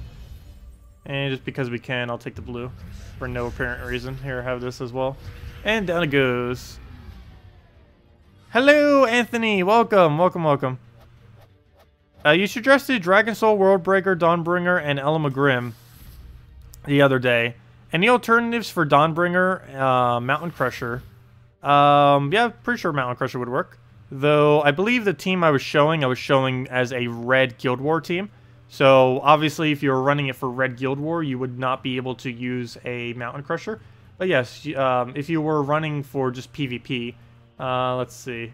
Where do I have it saved? Do I have it saved over my red, or do I have it saved somewhere else? I might have overwritten it. Let's see. 3 Trophy Bard. No, that was my Infernus team. Where is it? Safe. Yeah, I think I might have overwritten it, but I know what it is. It's, actually, you literally just said it. But it's, let's see. Dawnbringer. Well, I'm putting this for now, just so we get everything slotted. It was Dawnbringer, Worldbreaker. The Dragon Soul. So I think I put that in the wrong slot. Yes, I did. I need to go up more so we can get the mana quicker. And then the Elamagrim for the Impervious last slot. But yeah, this would be what you'd run for the Guild War purpose of having a pure red team. But yeah, Mountain Crusher would be perfectly fine if you were running it just for PvP. Oops, that's not the right one. Mountain. That's the same thing I run, or not the same thing, but the similar thing I run for when I do the Fairish Ra. I run the Mountain Crusher in first slot, followed by Dragon Soul, Fairish Ra, and then the Worldbreaker. But yeah, this is basically that exact same concept. And for the banner, of course, given that this is a Dragon Soul lead, we will be going just Dragon Soul banner. Doesn't matter that we have the -1 yellow, where we'll just get it off the explosions and from his other manas that he can accumulate. And then we just go straight into the battle. A little bit of an annoying one with the drains, but should still be fine for the win. Okay, so let's go move the blues over, get that going, get our poke. He will have a little bit of a drain there. So, do we take something? Oh, I guess I'll take it. Hopefully he doesn't go for it. Ah, he does. Oh, he gets a lot of decent value out of it too. We'll go for a skull, I think, here. So, take that, take our little poke. Let's throw a rag down. And what else, what else? What can we move here? I guess we try for triple green. No, I'm just gonna take the skull down. I don't want to give him a yellow extra turn just for the chance of taking a triple green. That would not be worth it. So we'll take that over. I don't know if I actually wanted that extra turn we just got, because he's going to famine us, which is going to be bad. Oh, there he goes. Luckily, we have that good setup right there, so we go right into mana. And for whatever reason, he decided not to hit the Dragon Soul that time. I'm actually going to let him take a poke if he goes for it. No, not double poke. Okay, well, at least we revived. Well, that was lucky, at least. But, let's go take a full mana here. Go get Dragon Soul rolling, and we'll be good to go from there. Take that down, take that down. Keep getting our extra stats off the extra turn, so we can keep getting that magic. We finally got our little Mountain Crusher up, which I don't think we'll really be needing, but it's a nice backup for when we do need mana.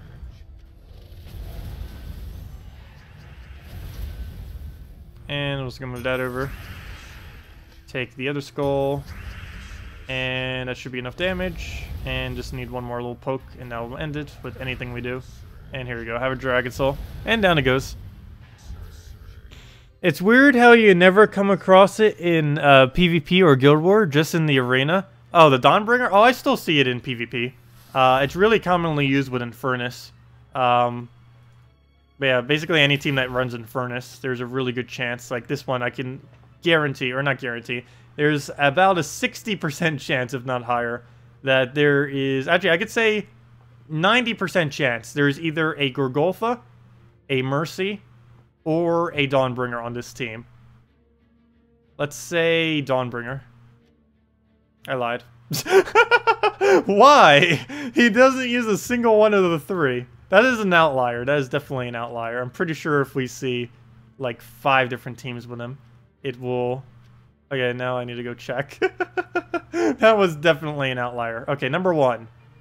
Oh, interesting. Oh, and Elamagrim. I forgot about Elamagrim. Yeah, it tends to get used with Elamagrim a lot too, obviously, because you can use it for the infinite burn, which is what we use for Purple Guild War Day, and Red Guild War Day. Oh, no, never mind, not Purple Guild War Day. I use it for Red Guild War Day with the Infernus Elamagrim. But, yeah, normally they're pretty commonly linked together. Anyways, speaking of that, let me actually go use one of those teams. Yeah, this one. This one's meant for Bard, but it still works without him. We'll just use it with Dragon Hero class. Not that big a deal. Obviously, it would be much better with Bard if we would switch it. They did mention in the previous stream they are eventually going to be getting rid of the cost to switch hero classes, but not prior to them completely reworking how hero classes work and everything. So there will be a pretty major update eventually that's going to be addressing a lot with hero classes, making them rebalance, changing colors, just making hero viable in general.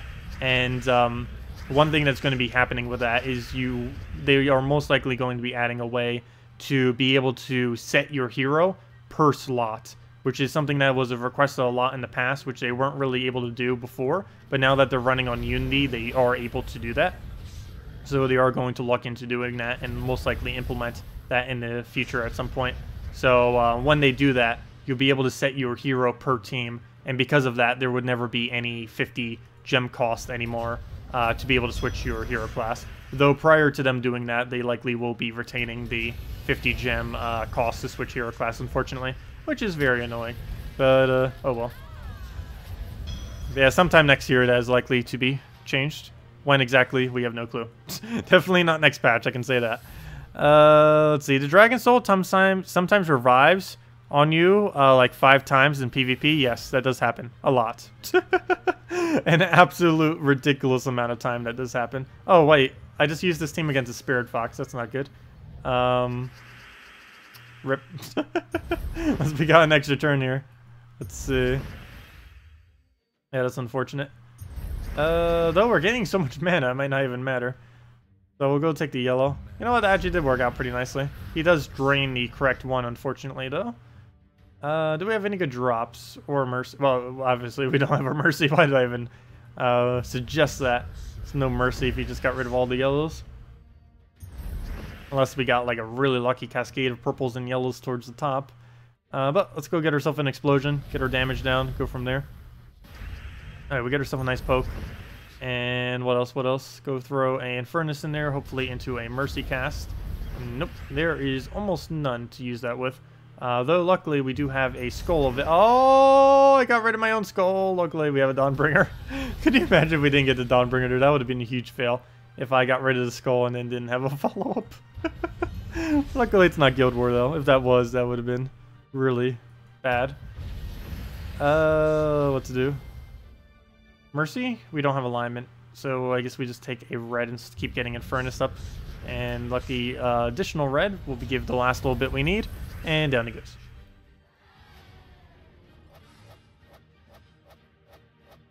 Oh yeah, I think we already did all the event gems. I think during the video earlier this morning, I ended up getting the last I needed. Well, this is mail. Oh yeah, the current day of Christmas. What is it today? I keep looking at it, but never actually claiming it. On the 9th day of Christmas, Kristara gave to me 9 blades of dancing. And a bunch of trait stones. Wait, did they seriously give 9 blade dancers? Wow, they actually gave 9 blade dancers. Interesting. I wonder what they're going to give 12 of. It's probably going to be a common. Can almost guarantee it's going to be common. 12 Ferris Ross! Could you imagine? Also, that's a lot of runics. Wow. 6 of every runic. That is perfectly fine. Oh, I need to go claim those on my other account. Gosh. I still haven't done all of them. I was going to do all of them simultaneously on the other account, was the plan. I will be doing that. Might be covering a video on it as well. On Christmas Day, might as well. I'll probably do that on the day I end up making the announcement of us not, or basically going on vacation. Actually, yeah, that'll be perfect. You know what? That's exactly what I'm going to do. Because I believe they extended it until, like, next Thursday instead of until Christmas. So they did extend the time a little bit.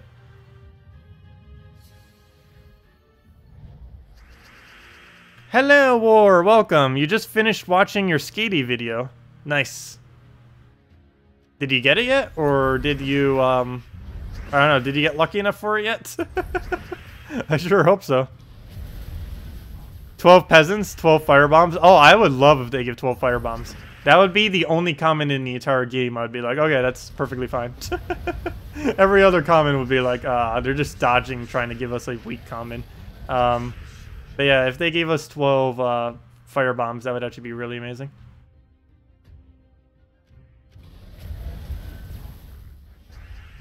Also, I would find it really hilarious if they give 12 MOAs. We'll go throw down the Infernus because of what they did for the other events.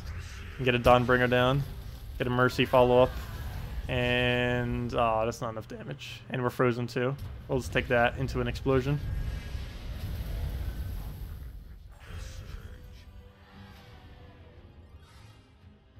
Yeah, I was pretty lucky that we ended up getting 400 gems. I was definitely expecting to have to use VIP this time around.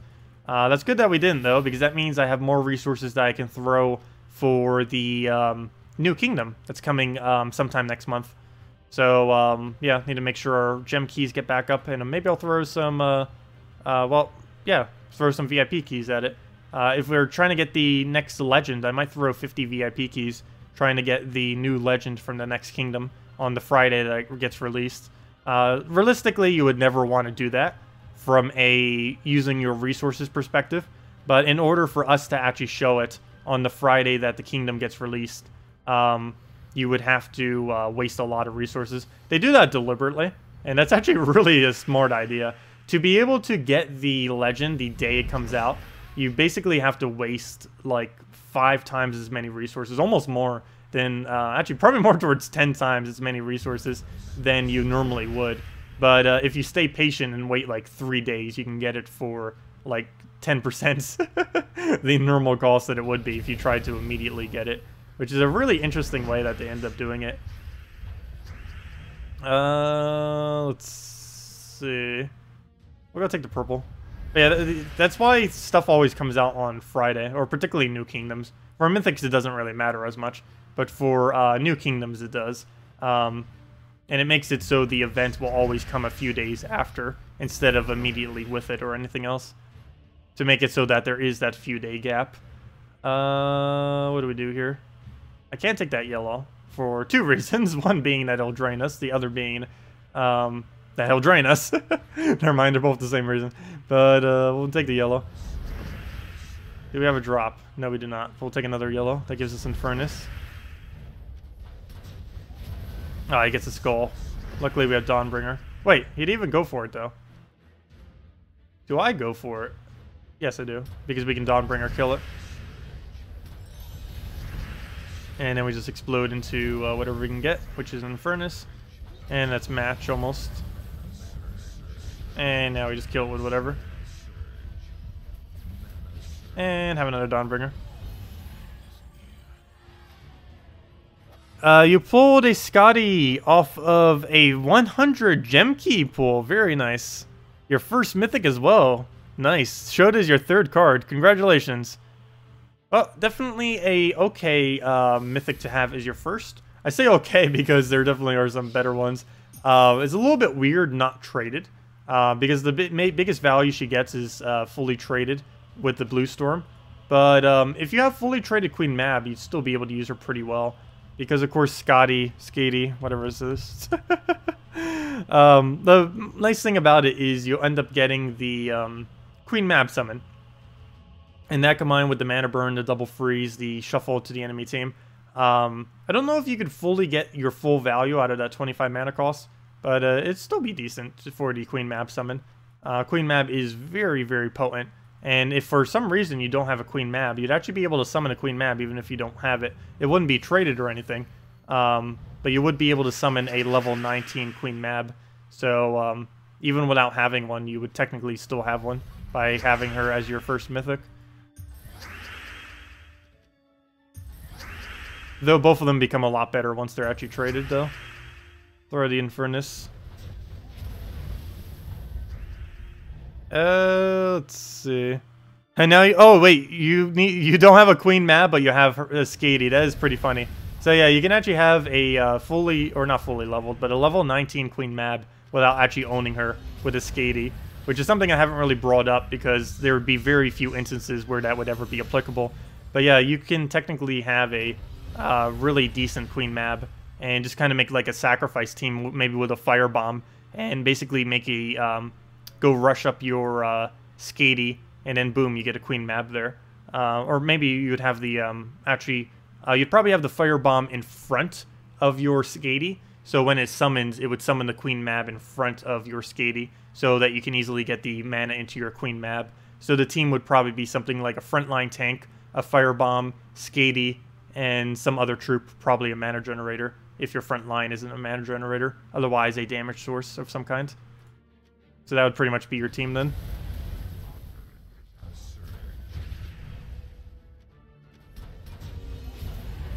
And we'll throw another one of those. Also, Firebomb is in the gold chest drop pool, by the way. It came out on this Monday. Oh, wait, not this Monday. Wait, what is today? Yeah, this Monday. Today is Friday.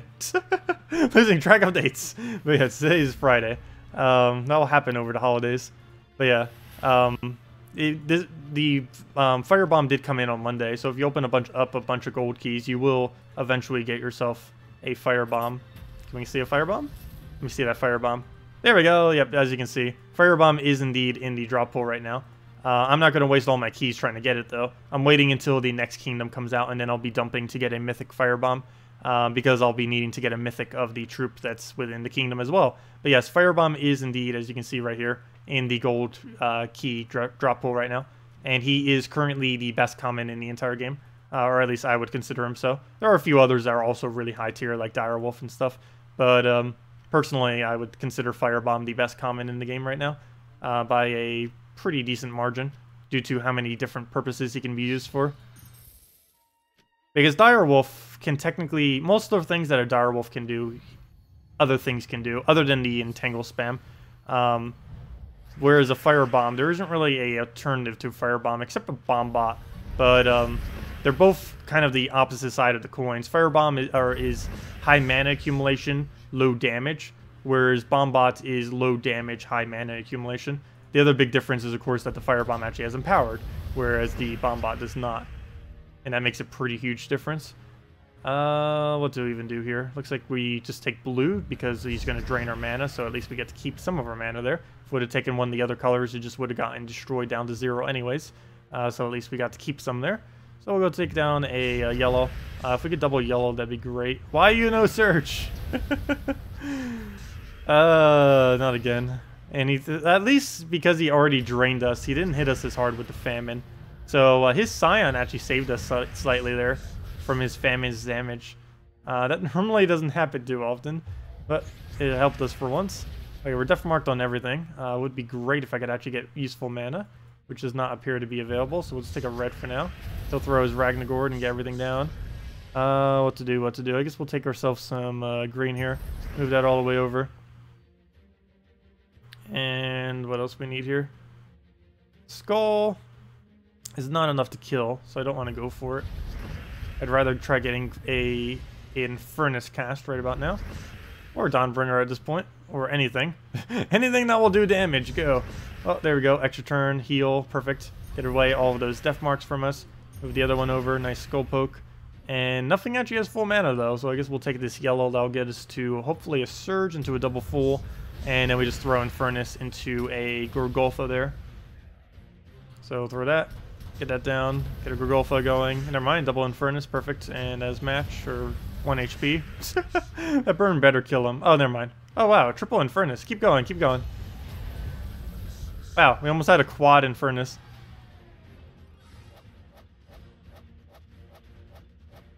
Next Mythic in January 5th. Are you certain about that?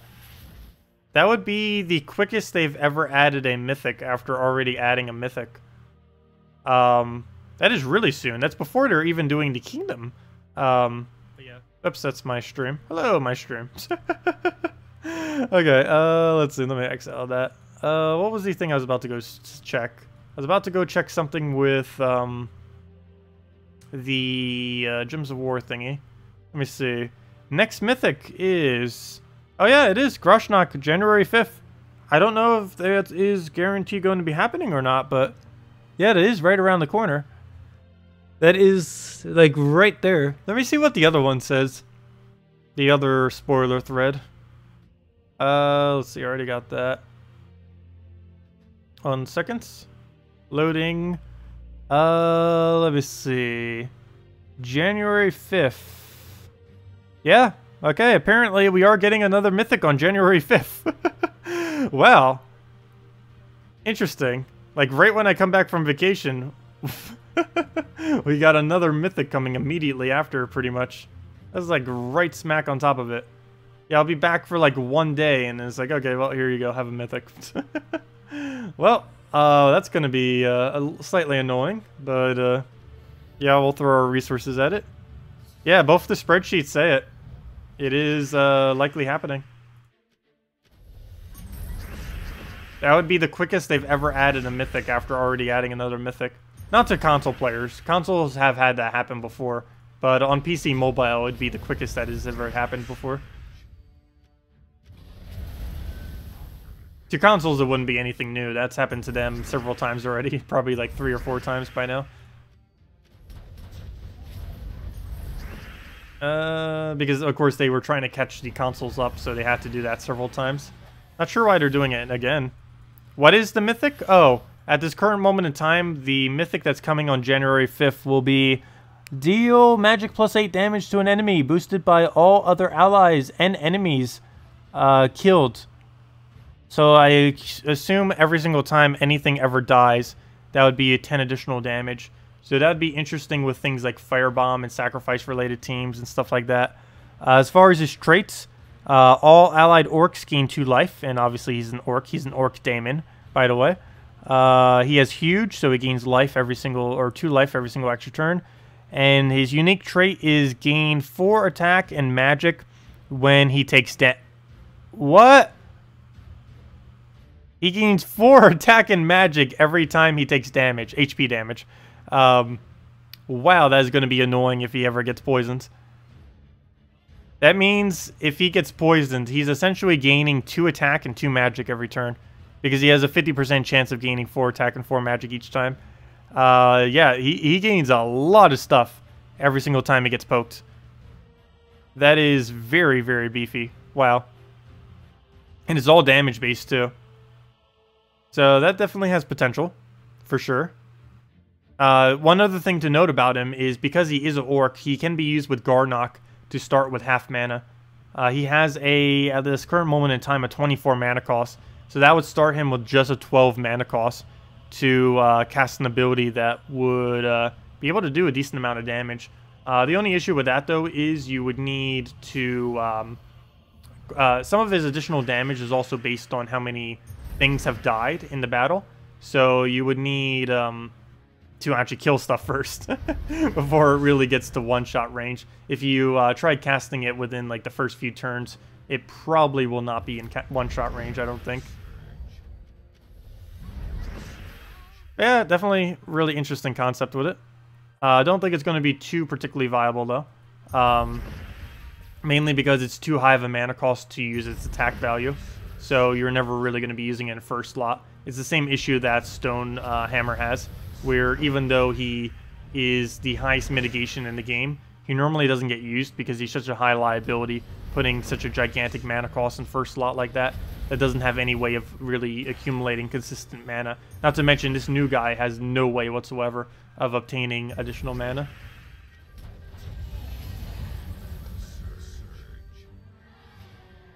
Is that on the database? Yes. They're both on both the databases. Yeah, it's right over here. Let me go get the link for it. For any of you that are wondering, all the things that are coming in the near future, there is all the spoilers you will ever need to know right there under that link. Also, let me go give out the first redeem code while we're at it. Let me go search for that wherever it is lurking. And we're starting to run low.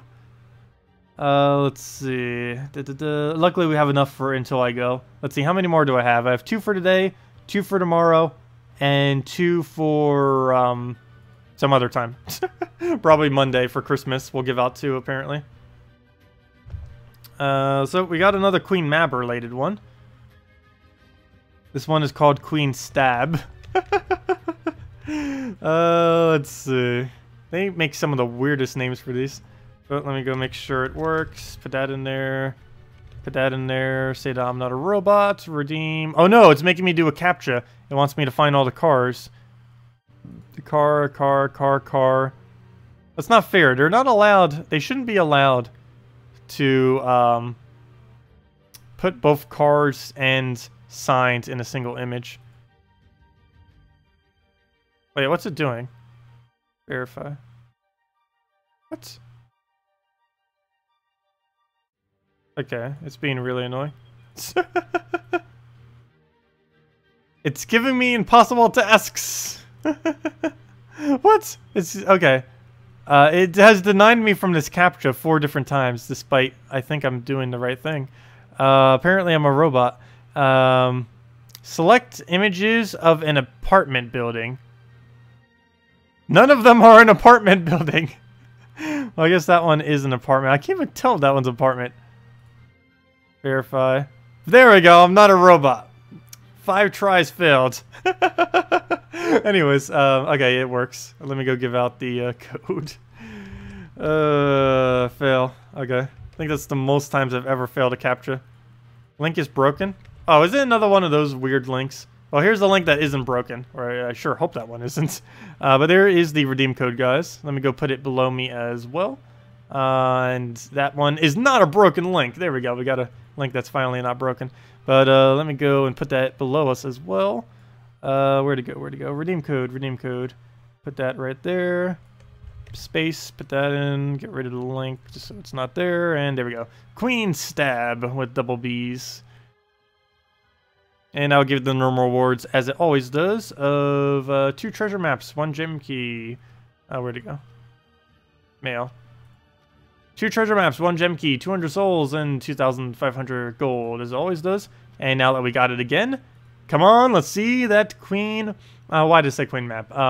Let's see that Skadi. Boom! Nope, a runic traits. I'm perfectly fine with that, though. Oh, I almost want to open all the gold keys now in hopes for another one of her. I don't know why, though. There's not even a point in having more of her. But why not? Let me go try the other link. Here, try this one. See if this link works for the spoiler thread. That one that I just posted there is a spoiler thread. The one that's the document one. Let me see. Does that link work? There we go. That one link worked. I don't know why the other one didn't. But the most recent link that I just posted has another one. It's not as well organized as the other one, but it shows in a nice little chart. The other one's a little bit more visual. Actually, they're both organized. It's just the other one's a bit more visual. That one's just all the information that I just posted. But still, it would tell you what you need to know. Let's see. Well, we'll take the brown over. What else we need? Can we even get a mercy in here? Not really. So we'll go move that over. Still no mercy, but we get triple yellow, so might as well go for it. And then just go for a Gargolfa into whatever else we can get. How do you redeem the code? On gemsofwar.com underneath the game code. Or click the link that I posted. Or the other link, the one next to the code. But yeah, gemsofwar.com underneath the game code section. And it only works on PC and mobile, by the way. It is not possible to claim them on the console versions. Though on console you guys have tasks instead, so that's basically like your guys' version of redeem codes. We'll throw down the Gargolfa. And then we just Infernus into whatever else we get. And that'll be the final blow. And we'll just take that out. Down it goes. And we'll have another redeem code later during the stream, and another 2 tomorrow during that stream as well. If there's any other questions you guys have, or team builds you want me to do, or anything of the such, feel free to leave them in chat. We'll definitely make sure to go over them. Would you recommend a team for a low-level player who has Uriali as the only mythic? Sure, I can work with that. Most likely would want to get a Valkyrie in there. So, let's see. Actually, let me see. What is Uriali's color? I believe it's, can we get an Alchemist with no conflict, I believe? So, it's yellow, green, and blue. Yep, there it is. Let's see. Alchemist. Problem is, you probably don't have Hellcat, so we can't go Alchemist, Hellcat, Loop. But what we could do is go Alchemist, Goblin Rocket, something. And just work with that. Goblin Rocket. And then we would just need a purple. Do you have Hellcat? I could always use Banshee too, I guess. I'd prefer going all true damage, though. Wish we could incorporate a Miststalker. That wouldn't be blocked at all. The problem is we would need some kind of mana generator. I don't know what you would have that would work. I know you most likely have an Alchemist because it's a rare, which is really easy to obtain. Let's see. Is there any purple that creates reds other than Banshee or Hellcat? Otherwise, we might as well just use a Banshee, I guess, at this point. Purple that creates red. Oh, there's an easy way of checking that. Type in the word red. Carnex you might not have. Hellcat would be optimal. Flame Troll would work, but it's also the same issue with Hellcat, which you might as well just use the Hellcat if you have. Furniking would work, but that's even higher rarity. Oh, there's another one. There's Drake Rider. That can create reds for us. Well, I guess we do that as a backline tank then. Just to hold down the line. I really want to put another true damage option in here, though. But I believe that will work for us, for what we need. So we can just loop that. And as far as the coloration, we'll have first straight Firelink. We have the Alchemist double traded, ideally. First straight Goblin Rocket's, I think, even cheaper than double trading the Alchemist, which works out really nicely. And for the banner, we can just go for, I guess, just a double yellow. I already have the double red because of the banners, so we don't need anything else for the Alchemist. So yeah, let's go double yellow, try getting the really quick Goblin Rockets, and get our board control secured with an Alchemist plus a... Where on earth is Whitehelm? I don't know why I keep looking. It's in alphabetical order these days. But we could try something like that and work from there.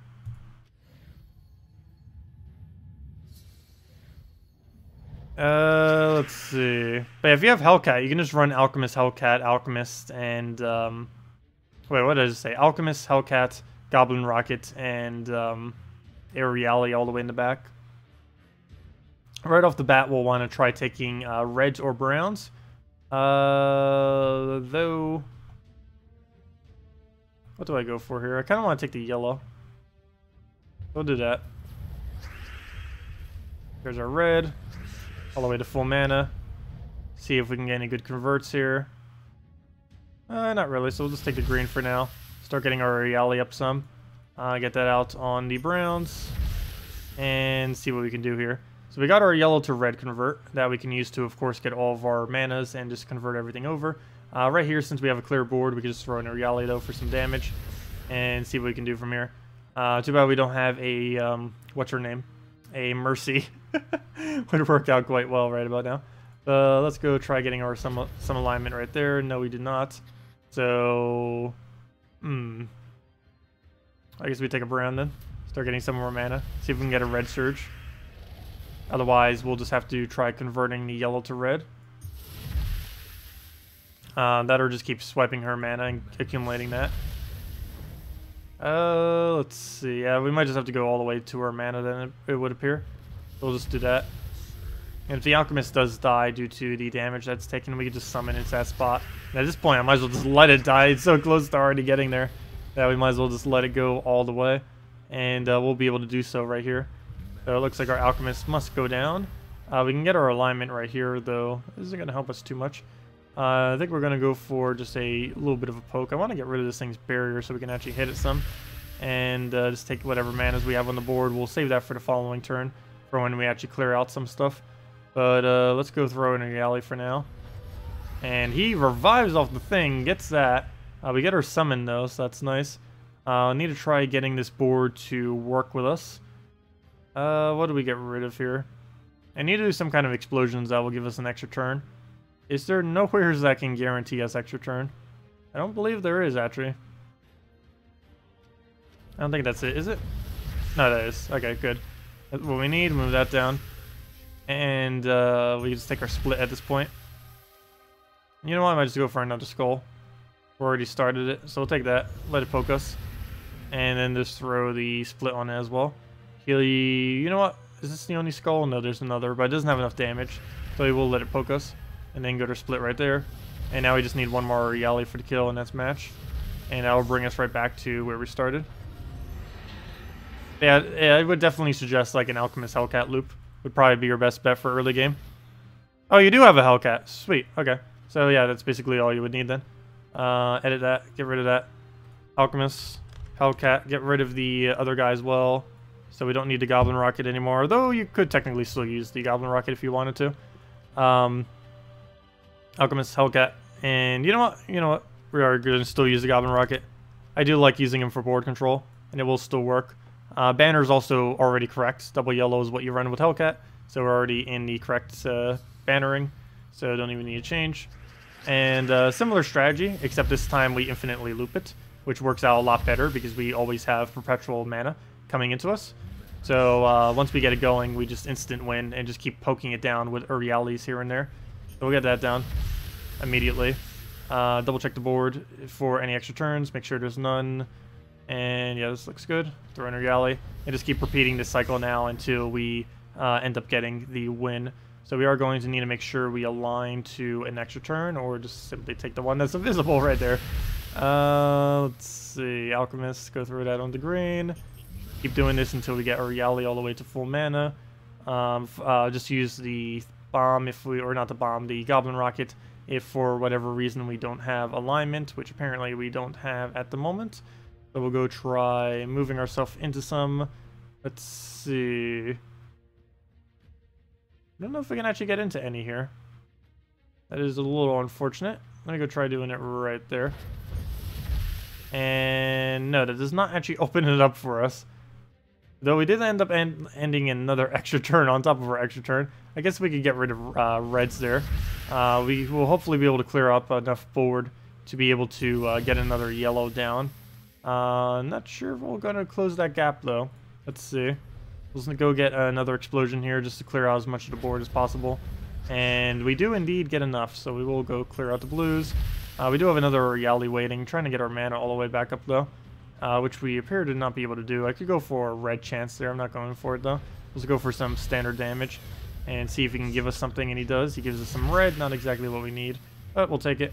And that now gives us the Hellcat. He does indeed kill the Alchemist there, but again, we could just go and replace that if we so need.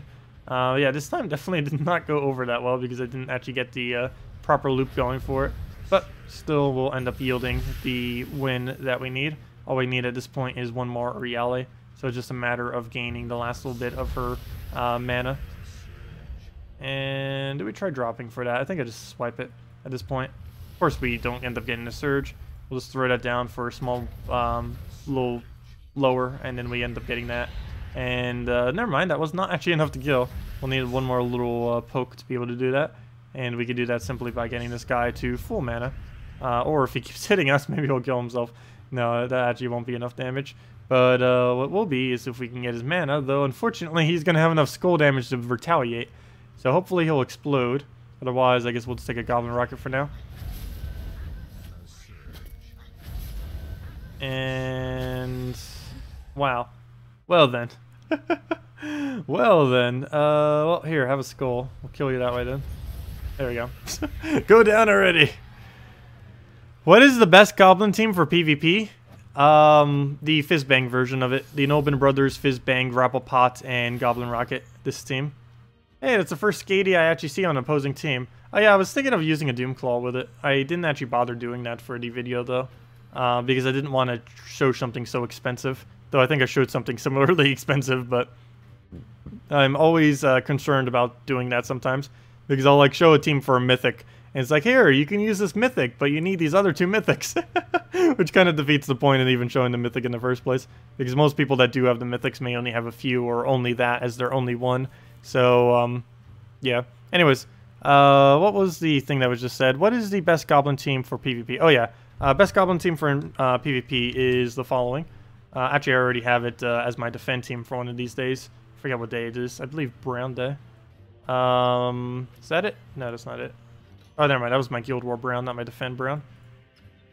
It is Nobin Brothers, Queen Grapple Pot, Princess Fizzbang, and Goblin Rocket. And these two can be switched depending on what kind of team you are up against. I leave my Defend in this order just in case they're running Corvash, because it's a Brown Day on this given day. So the Corvash will be able to drain our first two slots. And I want to make sure that we keep one of our troops from... or I want to make sure we keep one of our mana generators, in this case Fizzbang, from being drained. So that's why it is set up the way that it is. But, yeah, that is basically the best Goblin team for PvP. Let's see.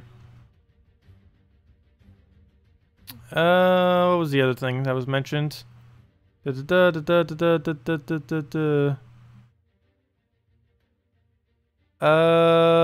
about a full elf team? There's no elf team that works. Most elves in this game are pretty useless as it currently stands. I believe the next kingdom's bringing a couple elves, I forget. But, yeah, currently there aren't much for elves. Let me see. Actually, let me go to typing elf. There's every elf in the game. Dark Maiden is okay. Dark Priestess is good, but it's only good in the context of the correct team, which is almost non-existent. And the things that are do not use elves. So there's Dark Maiden, essentially.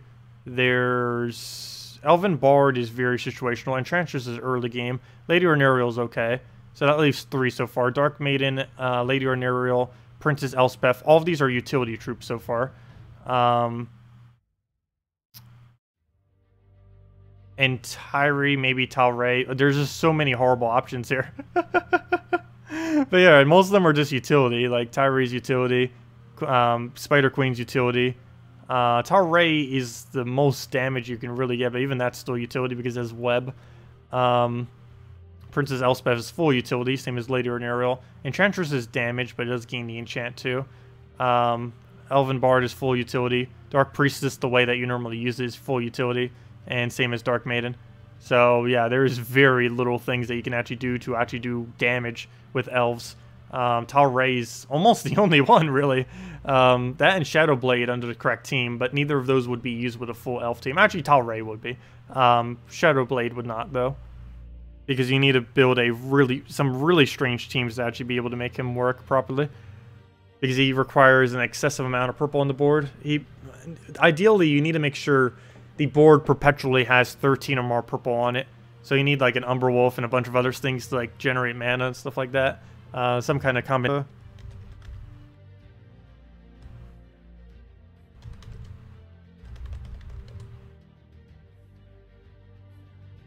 Okay, it's back. Sorry about that. Yeah, stream died for half a second. But yeah, what I was just saying, was answering one of Zach's previous questions. But yes, I will not be doing the Puzzle Quest stream tomorrow. We will be skipping it this, actually in the next 2 weeks. This week I'll be skipping it because I need to do some last minute Christmas shopping that I need to get done. The following week I'll be skipping it because I will be skipping all of the streams because we won't be streaming at all while I'm in New Jersey for the week. So, yeah, tomorrow I will not be doing the Puzzle Quest stream. I'll be out shopping. There are so many different places I need to go to. Any ideas for a strong, fast PvP team? Anything? No. Basically anything with Infernus these days ends up working out pretty well. The video that we end up doing on best teams of version 3.2, which I believe is still the channel trailer to my channel, something along anything that was mentioned in that video would be a really viable option. I know one of my personal favorites, still this or 4x Dragon with the hero class, are still two of my personal preferences. But yeah, this with the fully traded Bard is one of the quickest teams, as well as one of my personal favorite to use for PvP. Because you get the immediate mercy, you get that all the way filled up, ideally. Get yourself a Gorgolfa down, and then you just go crazy from there, ideally into additional mercies as well, if you get lucky enough, and then you just keep spamming Infernus with the occasional Dawnbringer to win.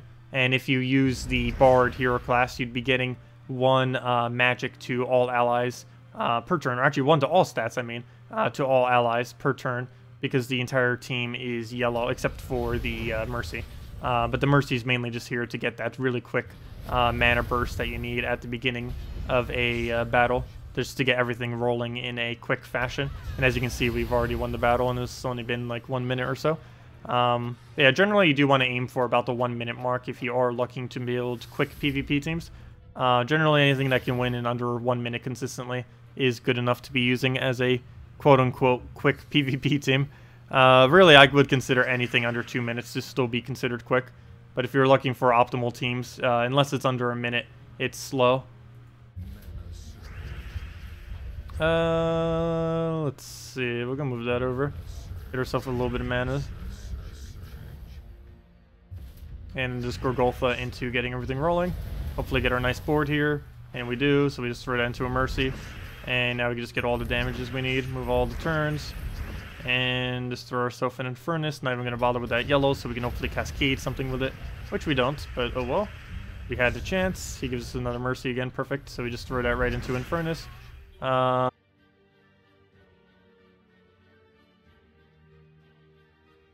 And we're back. Sorry about that. Yeah, connection is being really weird right now. Sorry about that. Anyways, I don't think I was saying anything important at the end of that battle there. Was mainly just destroying things quickly. Yeah, Dawnbringer is quite expensive. They mentioned in their Q&A stream that the next expansion to the Soulforge is likely coming around the mid of March. Sometime around that general time frame, could be a little bit later or so. But yes, around mid-March or so, they are looking into completely redoing, or not redoing, but adding more stuff to the Soulforge. So that could possibly be bringing another mythic weapon into the game when that does indeed happen. So yeah, that'd be another 1.3 million souls to put out. They are quite expensive. Also, definitely make sure to get your Ferris Rods this week if you can afford it, and start farming in advance. Or just work towards your Dawnbringer if you don't already have it. It's something I definitely need to make sure I do a little bit more of. Soul farming, that is, to make sure we have enough by then. Because just in case that is what they're doing again, I need to make sure I have 1.3 million souls to be able to go and create it, so that we can show it immediately when it comes out. And since we have all of the diamonds and stuff, we should be able to always be able to show all of the new content whenever they add a new mythic and new weapon in there. Okay, I was about to go do... Oh yeah, I wanted to test something, which is something I didn't bother doing earlier. So I want to go test it right now. How quickly can we win consistently with 4 Ferris Raws? I want to see approximately how many souls this is, because I didn't actually test it earlier because I didn't have time to. All we did was do it during the video, and it was like, ooh, shiny over 1,000. But we didn't actually get the time to test time-wise. Also, I like how I did a +2 blue earlier, and I didn't bother doing a frozen banner. Complete brain fade, that is a thing. There we go. And yeah, let me go time this, Warlord 4, and go bring the timer up and see how long it takes to go do this. Is it stormy where I am? No, it is a perfectly sunny, gorgeous day. Not a single cloud in sight. I have no clue why my connection is fading like it is right now. Not the slightest clue. No one else is even using this connection either. Well, let's go test this thing. No, I did not want to update it. Keeps asking me to update. Also, if I missed any questions from earlier, please feel free to leave them in chat again, just in case I did. Let's see. Can't one just use the Goblin Munchers on Brown Day to eat your goblins? I don't think anyone would bother spamming that, though you do have a point. I didn't think anyone would bother actually switching into that, because if they miss all of their devours, they would lose a lot of points from devouring them instead of specifically killing them. So I still would have done my job if I did that then. Because if they devour all of them with goblin chompers, they'd be getting less points than if they were just to kill it quickly with a normal team. Because devour does not count as damage in Guild Wars. It just consumes them. But the damage done is 0 when you end up doing a devour. It doesn't count as actual damage towards your score. Is Dawnbringer only craftable, or can you get it from an event like other weapons? No.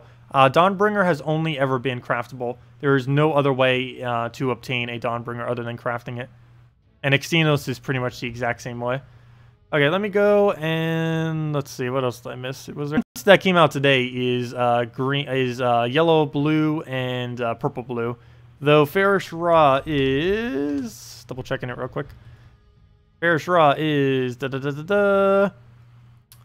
brown purple from Darkstone and blue purple from Glacial Peaks. Wait, they're both the same?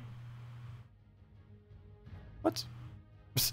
Oh no, never mind. They're not the same. But yeah, it is I don't know what I was just thinking there. But yeah, it's brown purple and blue purple for the Fairish Ra. Yes, that is the case. Which is Glacial Peaks, Kedar, and Darkstone. Glacial Peaks and Kedar for the blue purple. Darkstone for the brown purple. That is the case. Okay. Where's the timer? Let's go and see how long this takes. Really curious. Actually, what I'm super curious about is once Fairish Ra can get 12 damage, or not 12 damage, once he gets 1 more damage so that he can do this on Warlord 3, I'm really curious what the rate would be on Warlord 3 doing this thing. Oh yeah, the first hit doesn't get to actually kill, unfortunately. But the second one does, assuming it doesn't dodge. There's our second Fairish Ra. At this point, I might as well get both of their mana all the way up. Take the other Skull Poke, and at this point, we might as well go for Skull Poke to kill. And perfect. Though, can we get it for free? No, we cannot. But we can get some mana, though. At this point, does that really matter? And now we can just double Fairish Ra.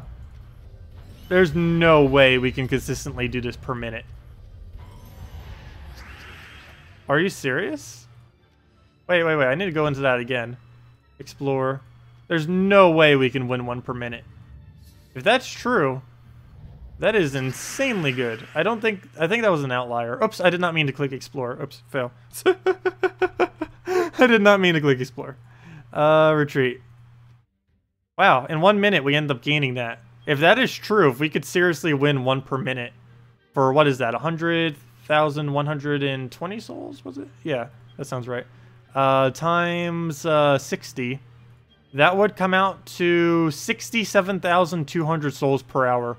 Though I don't think that's actually possible. Pretty sure we just got lucky on that battle. Okay, let's go start up the timer again. So, click there, click explore, click fight. And let's see what this comes out to. Pretty sure we were just getting lucky.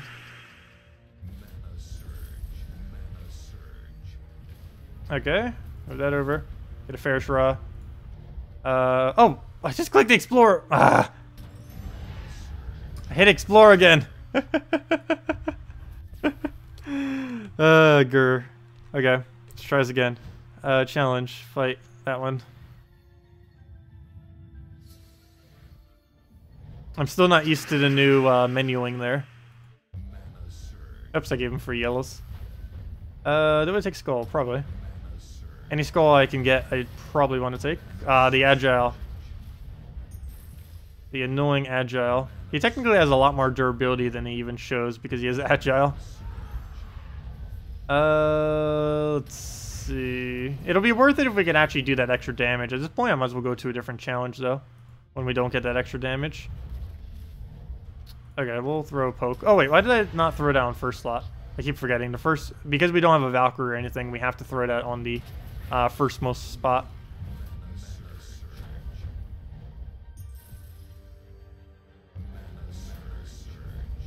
And, but yeah, there's no way that actually does that much. You know what? It might. I may have lied. 4 times Fairish Ra might actually be viable. As sad as that might seem, I think that actually is a thing. And it doesn't matter that he dies. Okay, that took quite a noticeably longer amount of time, though. Let's see if we can get into another one and close the gap, though, decently. Okay. Well, skull right off the bat. And he does get hit by it. And we'll take another one. Of course, he agiles. Good job. Unfortunate. Let's see. Need to go take another purple. Take a brown. Come on. Take it. Take it. Take that over. Didn't get the cascade. 1 mana short as well. Put her Fairish Ra. Kill that up. Get her souls. Now we can one-shot everything. And just take the manas we need. Take that over. Get whatever else we need. Blue. Browns. Fairish Ra. Now we can take another poke. We'll throw that onto the other threats. And it doesn't seem like we're closing the gap much. But if we can get to the point where we can one-shot the first 2 slots, which is possible with 1 more attack value on the Warlord 3 difficulty, I think that would make this viable for possibly 60,000 souls per hour. That'd be insane if that was the case. But no, this team realistically, as it currently stands, does seem to be more towards 40,000 per hour, which would mean it's slower than running 3 Fairish Ras with a Valkyrie, which is to be expected. But, yeah, it's still not bad. That's a pretty solid 40 to 50,000 per hour still. Though for 4 Fairish Ras, that is quite expensive of a team to have to do such a thing. Better off just doing it with like a double or something. Or triple. Alright, well, go move that down. Yeah, it is possible in some battles to get that. Oh, I should have taken the green. It is possible in some battles to go that quick. It's kind of interesting. I didn't think it actually would be able to go, but yeah, it does indeed do it. Let's see, we don't have Fairish Ra, so do we wait? No. We'll throw that immediately. And get a skull poke follow-up soon. Move that. Oh, I could have taken brown into the blue. Fail. Could have gotten a lot more mana out of that. What else we need to move around? Take the brown. Come on, I need to get those Fairish Ras going. We already got up to 1-shot range, so let's go kill out one of the more important ones. The one that can actually use all the purples we keep creating onto the board, so he doesn't get to use them. Only we get to use them. Okay, we need to take some purples here, so we'll go take that. Get ourselves to full mana. Or it doesn't have to be purple, but go get that out just so we don't have to deal with it. Take the greens over. And yep, this one is going quite a bit slower. Though still at a decent rate. Looks like it's more maybe towards a minute 30 realistically. That seems about right. Minute 30, minute 15.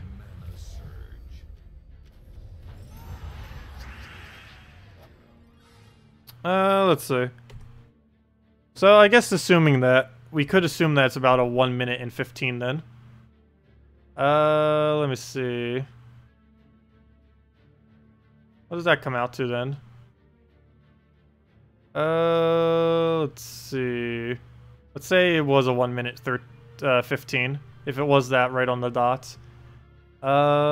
We need to get 60. Wait, oops, I just did that wrong.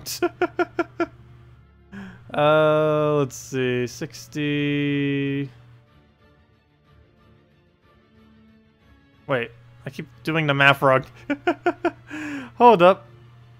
We're getting that everything, so we would need to figure out how many times it goes into the 60 then. And that comes out to doing the math wrong. Wait, what am I doing wrong here? Wait. Oh, I'm doing it the other way around. Fail. I see what's going on. So that times the 1120. So yeah, that would be 50,000 per hour. Pretty much right on the dot of 50,000 per hour. So yeah, there's no point in having 4 Ferrous Rods, obviously. We kind of already knew that, but that just confirms it. 4 Ferrous Rods comes out to the exact same EXP rate, or the exact same soul rate as 3 Ferrous Rods. Pretty much. So yeah, but there's no point in having a 4th one, which is already what we kind of already knew before even getting it, because it would be way too slow. Let's see. Wait, I did the math wrong then. I got exactly 50,400. So I apparently did something wrong. Wait, that's exactly what I did. How did you get that? 60 divided by... That is exactly what I did. That was weird. Oh, never mind. Oh, okay. I see why. Never mind. I somehow added additional 5 in there. But yeah. Yes, that is correct. 44,800. So yes, no point in doing the 4, which is already what we knew. But now we know the rate. Or approximate rate. Let's see. What do we do now? Well, let's just go back to Skadi, I guess. Mess around. Get our Mercy into the explosions. You know what? I might as well use a Gorgoltha with this at this point. We're already almost there. We're like one step removed from that point with this team. There goes a Mercy. We didn't do ours for the same reason. It would have done nothing. Throw the Infernus in there. Also, let me go get rid of the timer. I don't need that anymore as well. Timer. Where'd you go? Let me get rid of that.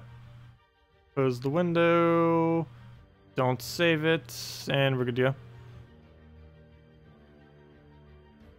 go. Try Valkyrie? Try Valkyrie with what? Valkyrie comes out to 50,000 per hour with 3. It can vary just a little bit though. It has gone, if you can get super quick wins, it can even go up to 60,000. But realistically, it's more towards the 40 to 50,000 range, assuming that you're slightly distracted. But yeah, when it's running full optimal, and you're just getting lucky, it can do around 60,000 per hour. Though it's very rare that it does do that. It's more towards the 50-ish thousand range to the higher 40,000 range. Okay. He's going to get that down. Not much I can do about it at this point. So we'll just throw an Infernus down. We have nothing to do with our Mercy at the moment, unless he helps us.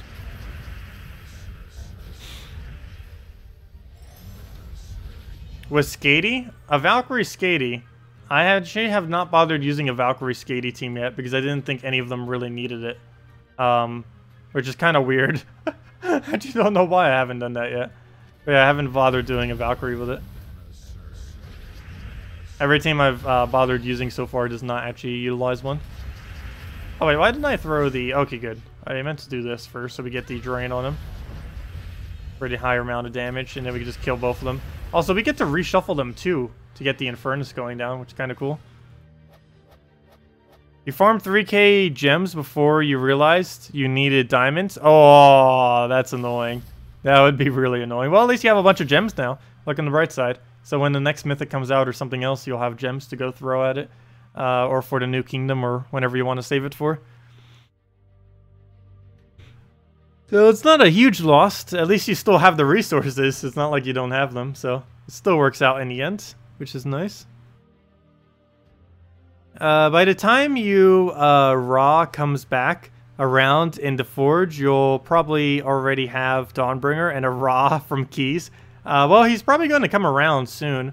He could come at any week until they fix it next patch. They did mention next patch they will be adjusting it so that you will... it will basically run through a cycle of all the troops. So there's about 5 to 6 weeks worth of mythics that it could cycle through right now, based on how many there currently are. So that means basically every other month, or every third month. No, every other month? Yeah, never mind. Yeah, every other month. I was right the first time. You'd basically be able to craft a Fairish Ra. So, yeah, that will be fixed basically as of next patch.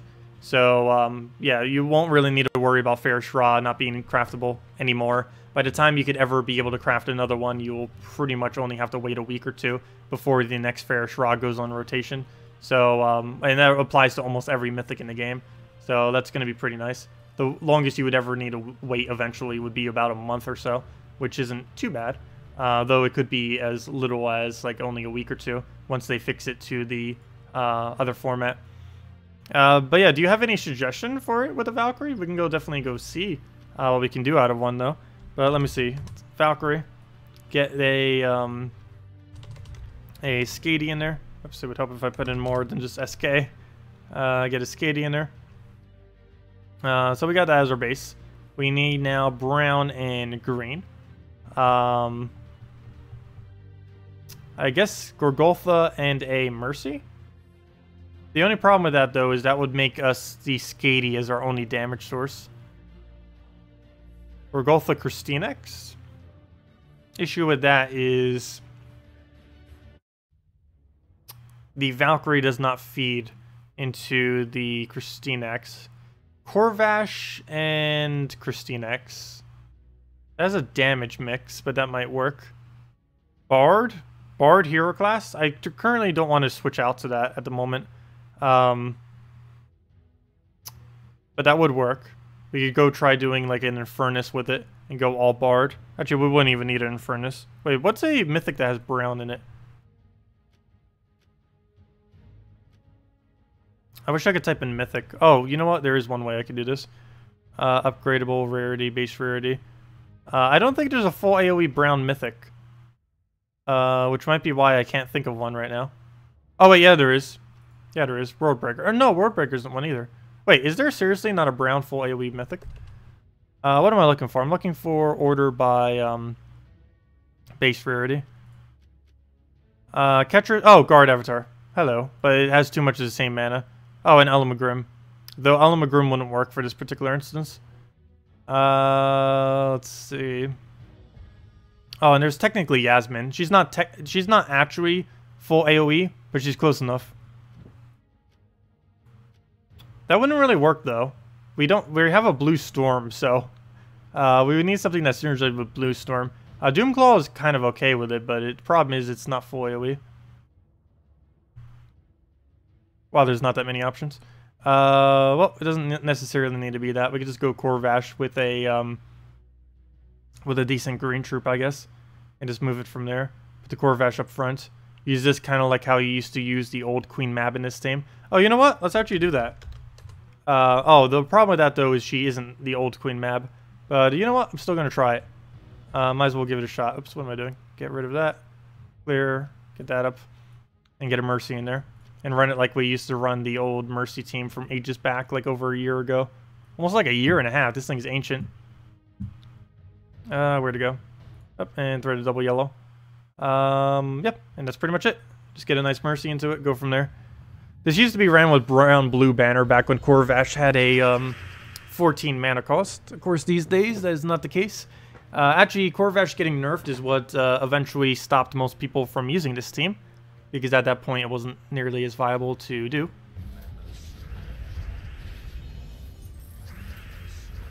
Okay, we got Corvash back up. Move that over. And take some yellow so we can get a Valkyrie down. Go convert something out. Move that. And I guess we move that. We have way too much mana right now. We're entangled, so I'm not even going to bother with that. We'll just throw down a Corvash, I guess. The only slight problem with this, though, is always the issue of her constantly moving them around to the point that I can't actually kill anything directly. So, for example, if I go and cast her ability, The other one's going to be moved to the back where I can't hit it anymore.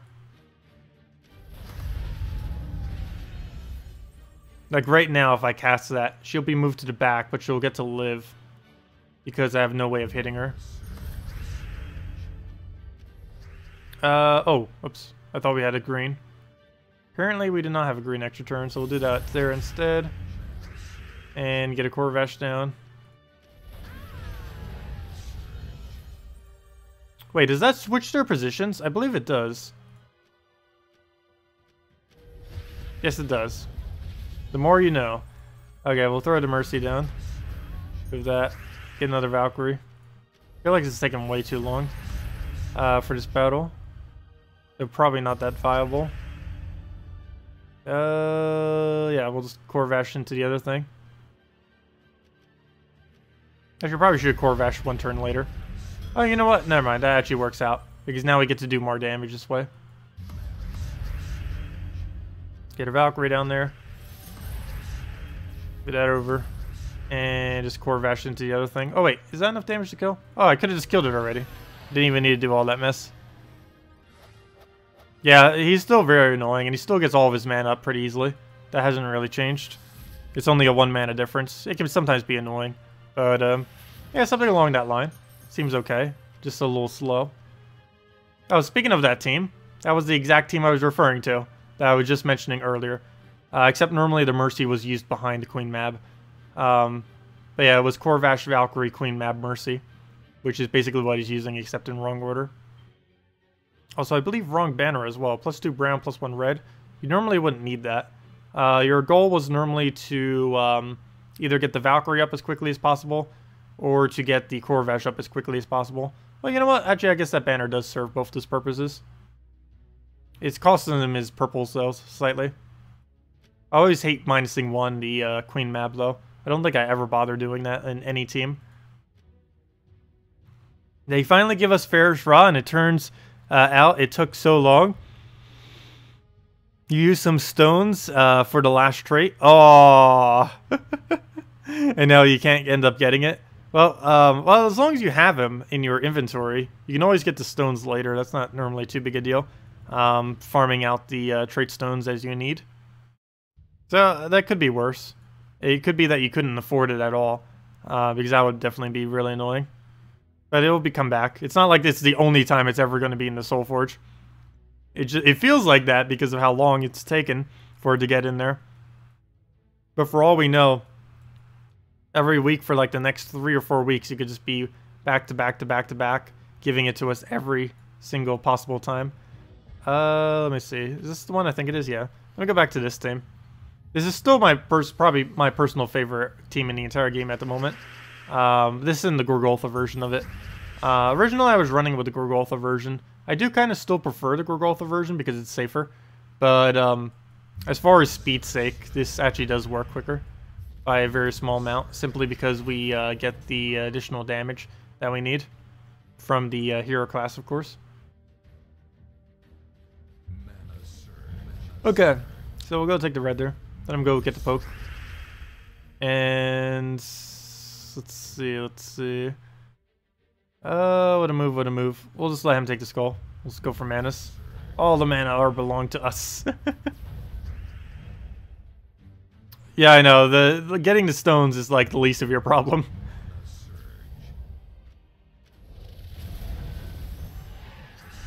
Okay, well, go get the explosion.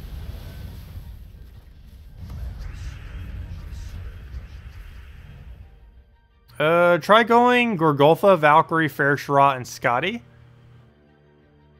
I guess that could work, because the biggest issue she normally has is not having that single target to be able to pick off when they do move.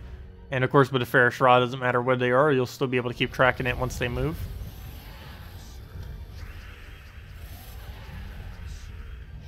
Is that enough damage? Yes, it is. So we'll throw that down, and into any poke will kill. And apparently, Fairish Ra is that poke. And down it goes. Okay, so let me go try the team that was suggested then, which is Gorgoltha, Valkyrie, Fairish Ra, Skadi, and see how that goes. By Vangur. Oh, Vangur, did you not say that you were in the house, or did I just not see it? I probably didn't see it. Because you also said you got it from 200 gems, and I didn't see that either. Oh, you end up saying yo instead of your thing. Oh, no, you did say Vanguard is in the house. How did I miss that? How did I miss all this chat? Other than additional glory, does beating a rival in PvP do anything else? No. Defeating a rival in PvP only gives you 2 additional glory. Let's see. How do you get Mercy? It's a completely random drop. She is not a kingdom epic, so you just have to hope you get lucky. The other thing that you can be doing is keeping an eye on the Soul Forge to see if they eventually add the drop to the little color things. If you go to Soul Forge now, they end up changing in the most recent patch so that these have 8 possible options that fall.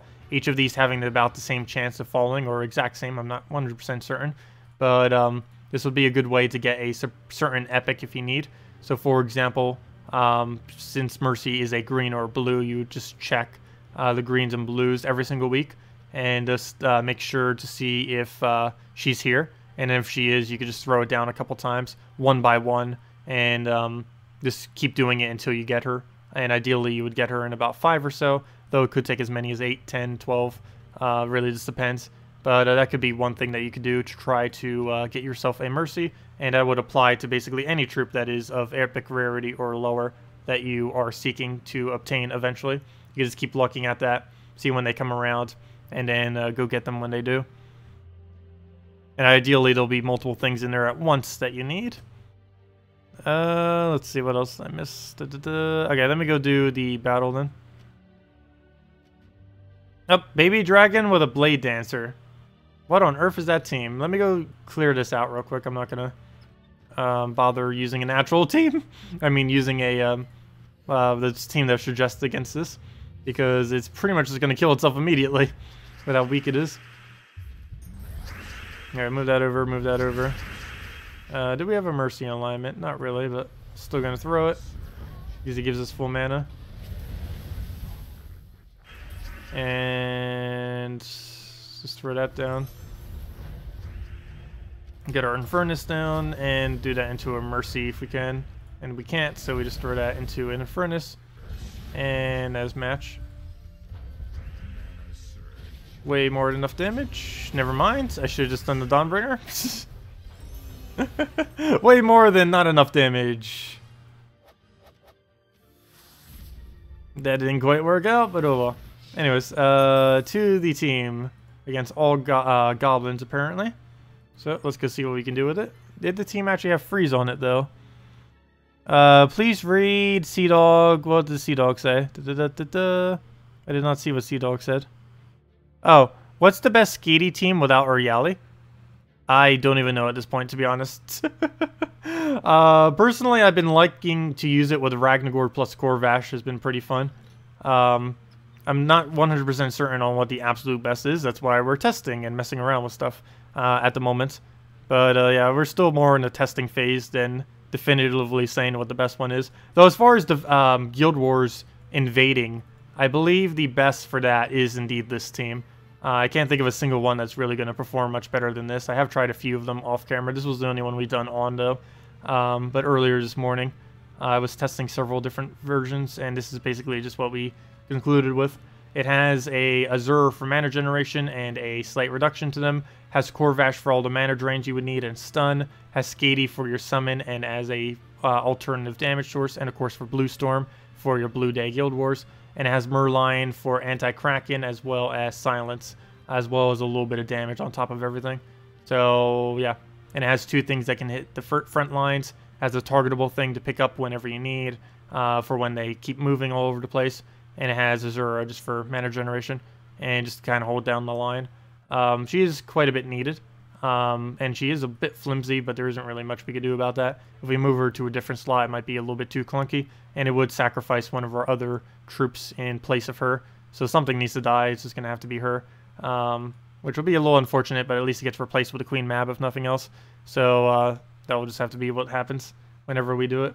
Anyways, let me go do the suggested team. Where did it go? I did see it. I just didn't... let's see. Where did it go? Fangor mentioned it. Now I completely lost track of where it went. Oh, there it is. Gorgotha, Valkyrie. Let me see. Let me get all that in. Gorgotha. Valkyrie's already in place. Get the Ferrous Raw and get the Skadi in there. Up. I just slapped that mic.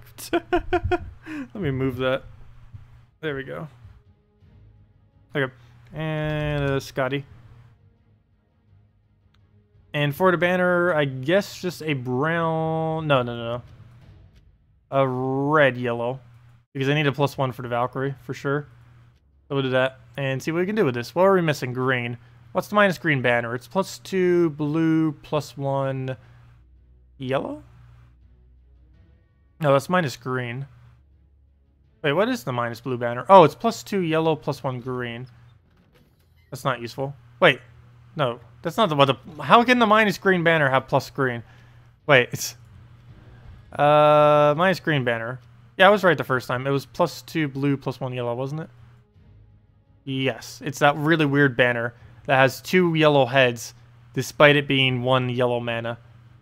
I should mention this on the next Q&A.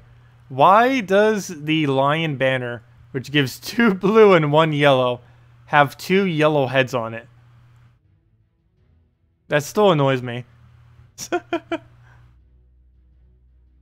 There's 3 banners that annoy me. The lion banner because of the weird heading on it. The frozen banner because it's the only banner currently in the entire game that for whatever reason has no icon on it whatsoever. It just has like a little ripple on it. And the other one is the one that looks like puke color. Where to go? That one. Those 3 banners annoy me to no end. But it's mainly the Leonis Empire that annoys me the most, though. Mainly because of the coloration of... Or not the coloration, but the... Why would you put 2 of a head when it's not the color? It's like they originally thought it was going to be yellow. And then they're like, oops, never mind, we're going to switch it to this other color. But then they never changed the asset. Because it was done way in advance. Oh, wait, that didn't go for an extra turn. I see that it moved to the wrong location, but that's not what I meant to do. Azura, Valkyrie, Draculus, Skadi. Did we already try that? No, I didn't try with Draculus yet. I tried the exact team, just not with Draculus. Okay, so we'll throw that down. It's before the Valkyrie, so we don't get to do anything yet. But we got a little bit of a poke on him. Get the Valkyrie going. And now we just start throwing that on everything else. Move that over. Get the purples we need. Double reds. Take the browns. And I guess we throw a blank Ferrous Raw here. It's still enough, or almost enough damage. So let me move the blues first, though. He aggiles it. You'd be the perfect target if you weren't doing your thing there. Okay, what can we do here? I didn't take a sip of water, gosh. Sore throat.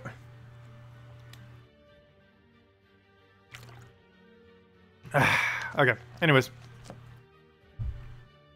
Where will we? Valkyrie.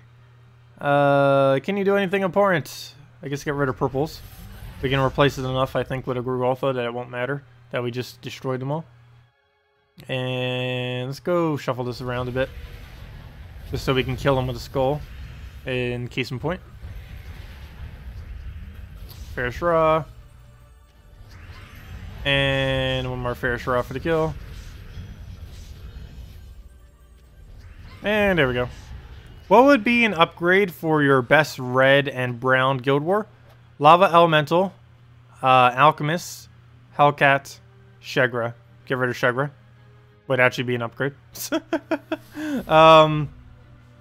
Yeah, you don't need Shegra on Red Guild War Day. Wait. Never mind. You need it for Red Brown.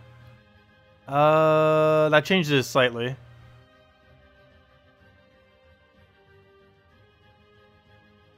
But yeah, I would still replace out Lava Elemental then. I mean, not Lava Elemental. I mean, Shegra. Because it's just denying your reds. Especially with a team that's that red-centric. You don't want to deny out your reds like that. What to replace it with, I do not actually know because I don't know what you have. There might not even really be too much of an option for replacements. To make sure that it's both red and brown. There are options that you could do, but I don't believe it would be red-brown. it would have to be a different troop for red day and a different troop for yellow day. I don't think there's one troop that you could use for both the 2 days for that particular slot. Yarrow? The problem with the... Oh, no, never mind. Yarrow would work, yeah. Because you can throw it into the Alchemist Hellcat and then just get the loop going. So yeah, Yarrow Fire Manor would probably be your next best bet then. Let's see. Replace Shegra with Ragnagord, maybe? You can't run with last slot Ragnagord. The whole team would have to be reshuffled. And then at that point, Alchemist would become useless if you put a Ragnagord in there. Because it would be too much mana generation and not enough damage. You always want to make sure you balance them out.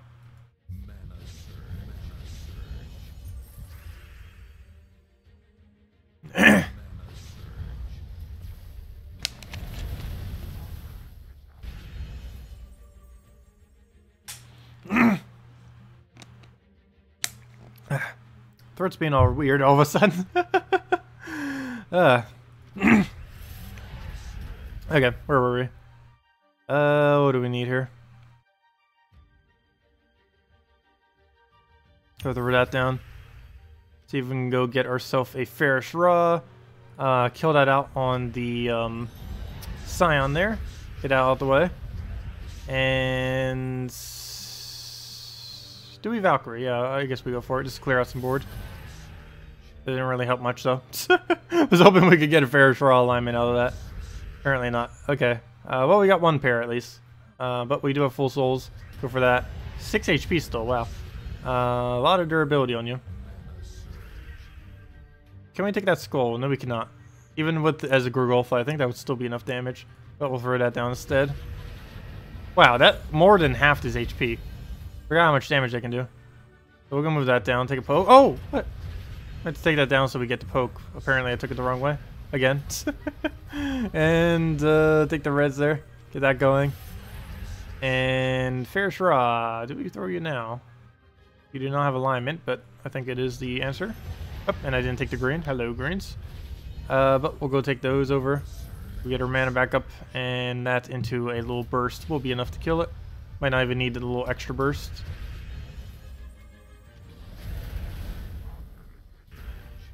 Let's see. You should have liked Mr. Yagi. Or Miyagi. What is that? We'll throw that down. You hate the Infernus card? Oh, yes. Infernus is very annoying sometimes. Especially after the damage buff they did to it. Also, hello, Gamer Pre-Supra. Or, Sempre. Welcome. OCD with banners? Oh, I am super OCD when it comes to stuff. Yes. There are some really weird things that will just annoy me to no end. Like the really, really small details. Like, it could be something completely major. Being wrong with something, and I'm like, okay, I can get over that. But it could be one other really, really small thing that is just so almost unnoticeably off, but it will drive me crazy. Let's see. Well, we'll go take the purple over.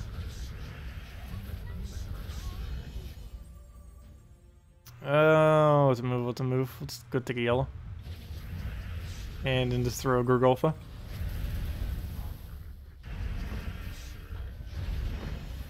Maybe the blues. Fairish Ra. It is not enough to clear, but we'll go and just throw them on first slot, so skulls will do that eventually. Somehow we do not have full mana on anything, so we'll move that over. Doesn't help us much though. Move that over. Also doesn't help us much. And let's go Gurgolfa into a Valkyrie into a Fairish Ra apparently. Very nice extra turn right there. Hopefully we can clear enough over here to get a alignment. And no, we cannot. So we'll just move that over. Still no alignment. Move that over. Still no alignment. And is that enough damage now? I'm not going to bother calculating it. Go! The answer is yes. So we got it. So we got that down. Any drops? No, we do not. So we'll just throw that into a Gurgolfa and deal with it from there. Oh, there's only one issue with that, though. His last slot with the lowest HP is now all the way. Or his lowest HP is now in the last slot due to what I just did. So that's a slight fail. It's the only slightly bad thing about her is that happens way too often. Okay, we'll throw a Fairish Ra, kill that out, and just keep working down the line, and repeat what we just did to every single thing. And we'll kill that out now. Oh, it could take in Skull. But oh well, here, have a Ferishra, and down it goes. Yeah, then the team ends up working out decently.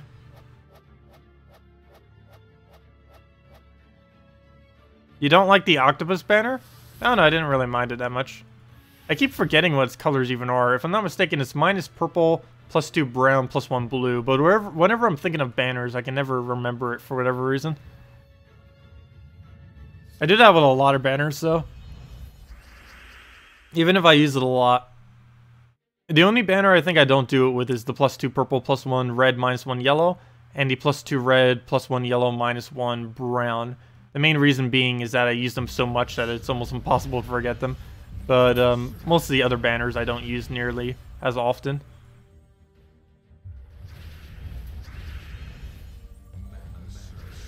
Did I seriously just get Ferishra's first mana again? I hate when I do that. He's one of the last things on this team that actually need to get full mana. Which makes it annoying when he does get full mana. As the first one. Alright, we'll take our reds. And we can still take the follow-up reds. We'll do that. See if we have Ferishra alignment, which I don't believe we do at the moment. And then we just follow it up. What do we have for convert? Greens, purples. I have purple. That's like the last thing I'd want to do, though. I'll do it on brown then. It doesn't help us with alignment, but at least we get some of our mana. Move that over. Doesn't help us too much. Do I still throw it, though? I guess I could. Get rid of one of his troops. Kill that out. Oh, wait. That wasn't even enough damage? Thought that would be. Oh, he's in first slot now, so we can just go skull poke him. Get a bunch of browns. And we'll just go swipe some for ourselves. Also, let me go give out another redeem code after this battle right here. And that'll be the final one for today, though we will have another 2 for tomorrow. I was going to move the purple there. What else we have to move around? We'll go take ourselves a brown. He's going to go and try doing a bunch of stuff with that. We'll throw down the brown. We'll get ourselves a nice Gorgolfa here. See if we can get a Ferishra onto anything important. And... wait, I thought he had enough damage to die earlier. How is he still alive? You know what? Let me just kill him. Down already. One less thing to have to deal with. Okay, take our browns, get Gorgolfa back up, explode everything, go from there. Another Ferishra. Keep it all cycling. Though, again, we don't have an extra turn. We're getting really bad with that. So we'll throw that down. And throw that. And now we just need one more of those and we're good to go. Might not even cast the Ferishra here. Though at this point, I kind of have to because we don't have a poke. So we'll do that. And now we just need one little poke if we can find it somehow. By some means. I guess we're going to do it by a Valkyrie at this point. Did he even go for my undead troop? There we go. And down it goes. Is there a card that webs all? No, but there needs to be. It would become really viable, whatever it is. But no, currently no troop has the ability to web all. I would assume it would end up being a mythic from...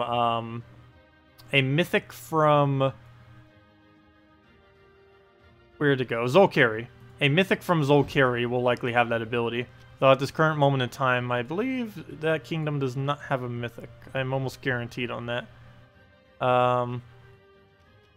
But yeah, if any kingdom was ever to get a troop that would have the ability to web all, it would be Zolkari. Almost every web in the entire game is within this kingdom.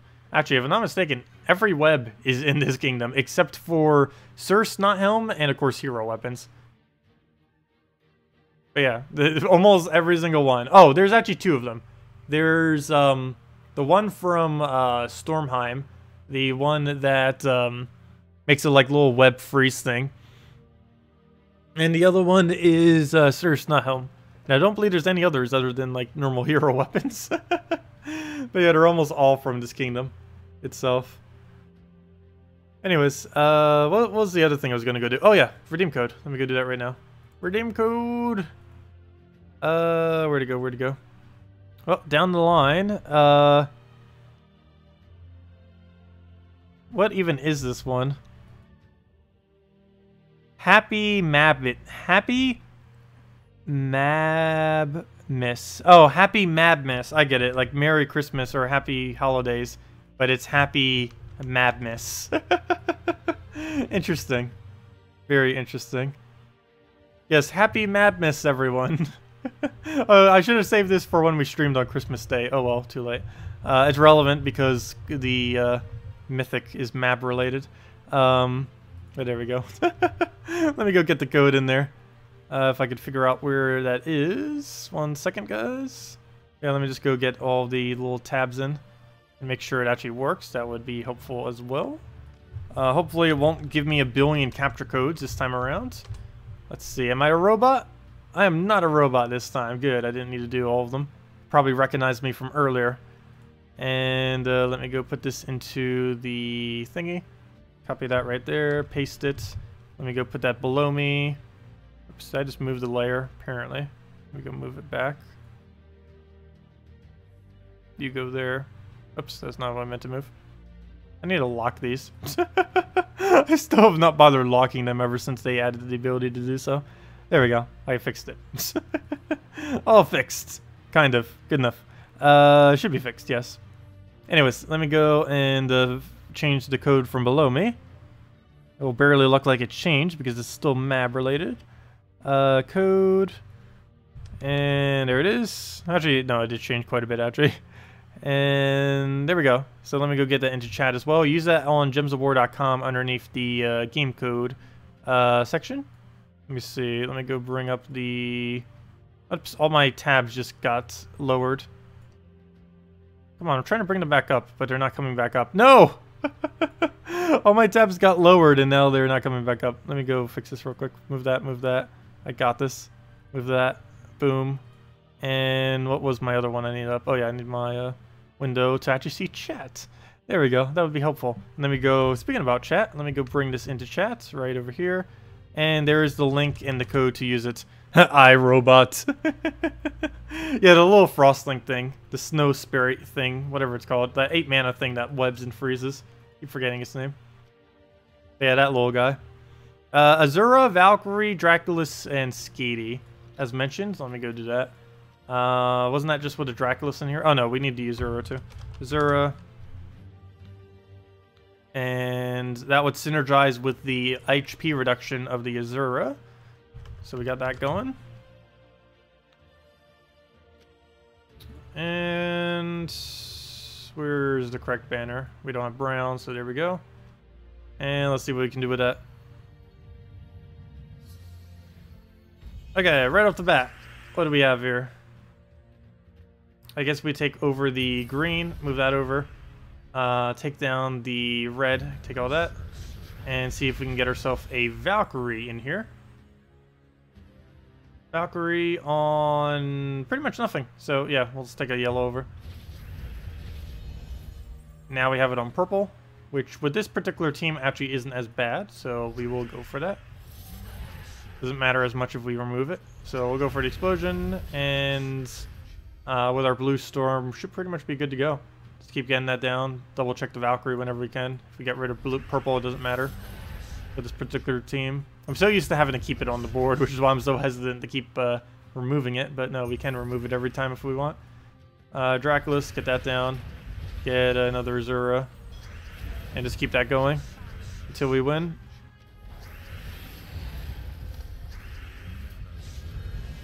And I can kill him with that. And now we just explode again into the final blow. Give us the Valkyrie onto the... No, I meant to do green. Oh well, doesn't matter. Oh, not enough damage. Oh, was there a skull there? I could have killed if there was. Oh, there we go. There's the skull. Yeah, no problem, Anthony. Yeah, anyone just getting here, make sure to use the redeem code. Should be active for the next 20, 30-ish minutes or so. Oops, let me get that revenge. Yeah, Forever asked earlier. I briefly mentioned it, but let me just re-mention again.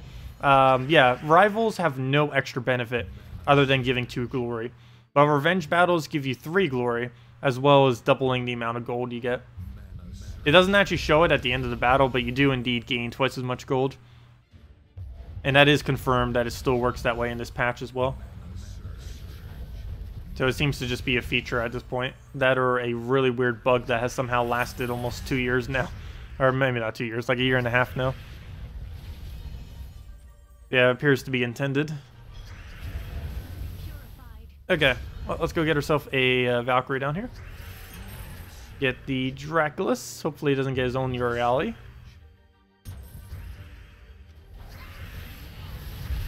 Yeah, that is what I called, right? I ended up, on one of the failed recordings earlier today, I ended up calling her something really weird. Forget what it was. That wasn't the reason I stopped the recording, but it was included in it. Also, I found it really funny. I was rewatching the video from earlier on the what's his name, Fair Shra, and not Fair Shra. Wait, what was it? Oh no, this morning when I ended up recording at like 5 a.m. the video going over the key opening, and I ended up saying Purple Storm when it was Blue Storm. Gosh. Technically, it was a purple storm around me. It was all dark in the room. But yeah, I ended up saying the wrong storm.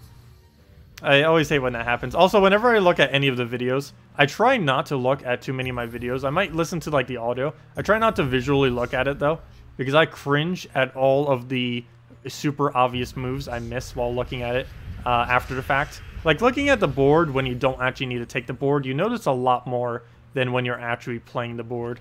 There are some amazing things that I constantly miss that even when I'm looking at it after the fact, it's like, yeah, I even noticed that immediately.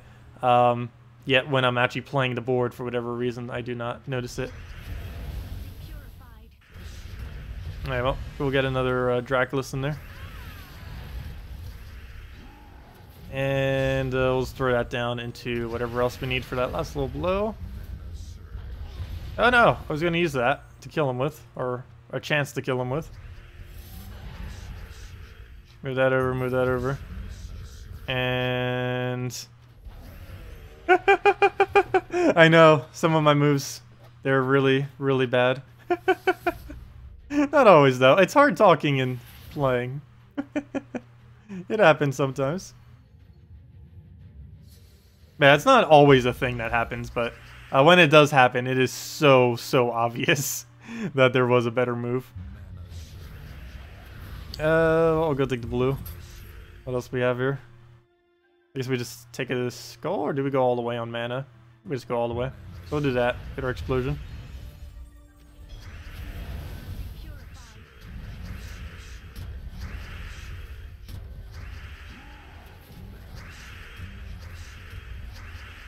Okay, see you, Abigail.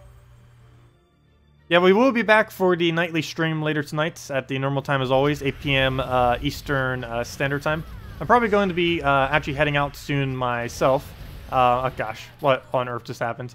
Just to grab a bite to eat. But yeah, we will be back at 8 p.m. Eastern Standard Time when we do end up making our rotations back. Yeah, this team seems to be pretty good, despite the fact that we just got completely obliterated right there. But other than that one smaller outlier, this actually does seem to be one of the better ones we've used so far.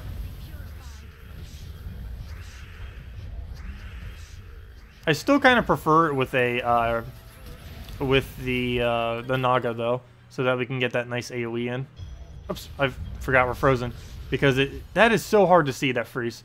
Oh, by the way, they are changing how freeze, burning, and a couple other stats effects look. And that will be in next patch. Like, almost guaranteed, 100% confirmed. So they will be easier to see. Because as you can see right now, it is somewhat hard to see when a troop is frozen. Obviously, it's sometimes... I don't know. If you kind of look at it, it's somewhat obvious. But the way that its animation is blends in a bit with how the normal little star things are. So it's pretty easy to kind of, like, not notice that you're frozen. It's kind of obvious, kind of not obvious, but I know I have an issue with it, and it's been something that a lot of people have addressed to them. So they are definitely going to be doing something for it. And of course, some of the other ones are just like really in your face, or hard to see when there's a lot of stats effects, like burning and stuff. Or disease. I think disease is one of the worst ones, because it's almost impossible to really see it if there's any other stats effect on top of the troop. Also, that's weird. I haven't seen wisps for a while. I didn't even notice that until they made their little noise. The screech of victory. Let's see. Gonna move that. This is already turning pretty bad, but we got ourselves quite a bit of HP. Do I skull him? I guess so. It doesn't really matter too much. And take the red to the blue. Take the other blue. AoE that. And... what question? What question? Can you answer your question really quick before you take off? Oh, sorry, Anthony. What was your question? You have 2 separate accounts. Is it true that you can't switch from one to the other without one permanently being deleted? I don't know what the current case with that is in this current version, so I cannot specifically answer that. The way I currently switch accounts is via just 2 different Steam accounts, but I am not aware of what would happen if you did try doing that. I believe it just says that just to scare people off from actually abusing it and constantly doing it over and over again. Though I'm not 100% certain if it would indeed delete your account or not. I don't believe it does, but don't take my word for it on that. That I am not certain on. So yeah, I'm not really that certain on it. I do not do that anymore. I used to switch my account on the same profile in the past, but as of several versions ago, I stopped doing it because the way that they changed it made it near impossible to do so, at least without a gigantic hassle. So I just kind of stopped. And instead I just did the whole 2 Steam account thing once they finally made it available. I would have done that originally, but it wasn't always possible to have 2 different Steam accounts that would do it. Before, if you had even just 1 account, it would make it go onto every other Steam account you ever had on the same PC. We'll go for a Valkyrie here. Get that down. Draculus and as match.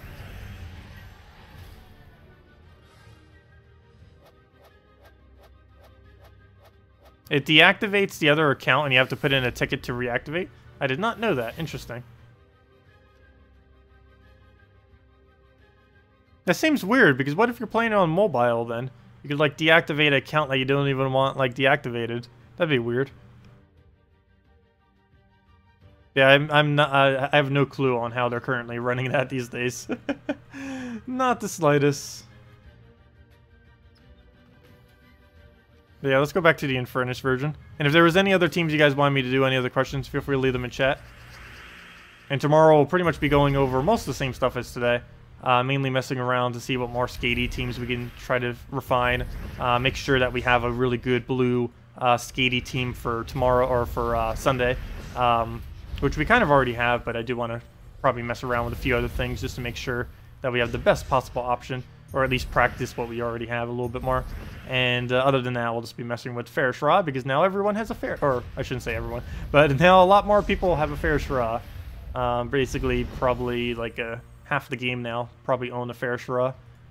I sure hope so. Most like gameplay or players anyways. Thread of Mercy down. Everyone who planned ahead of time.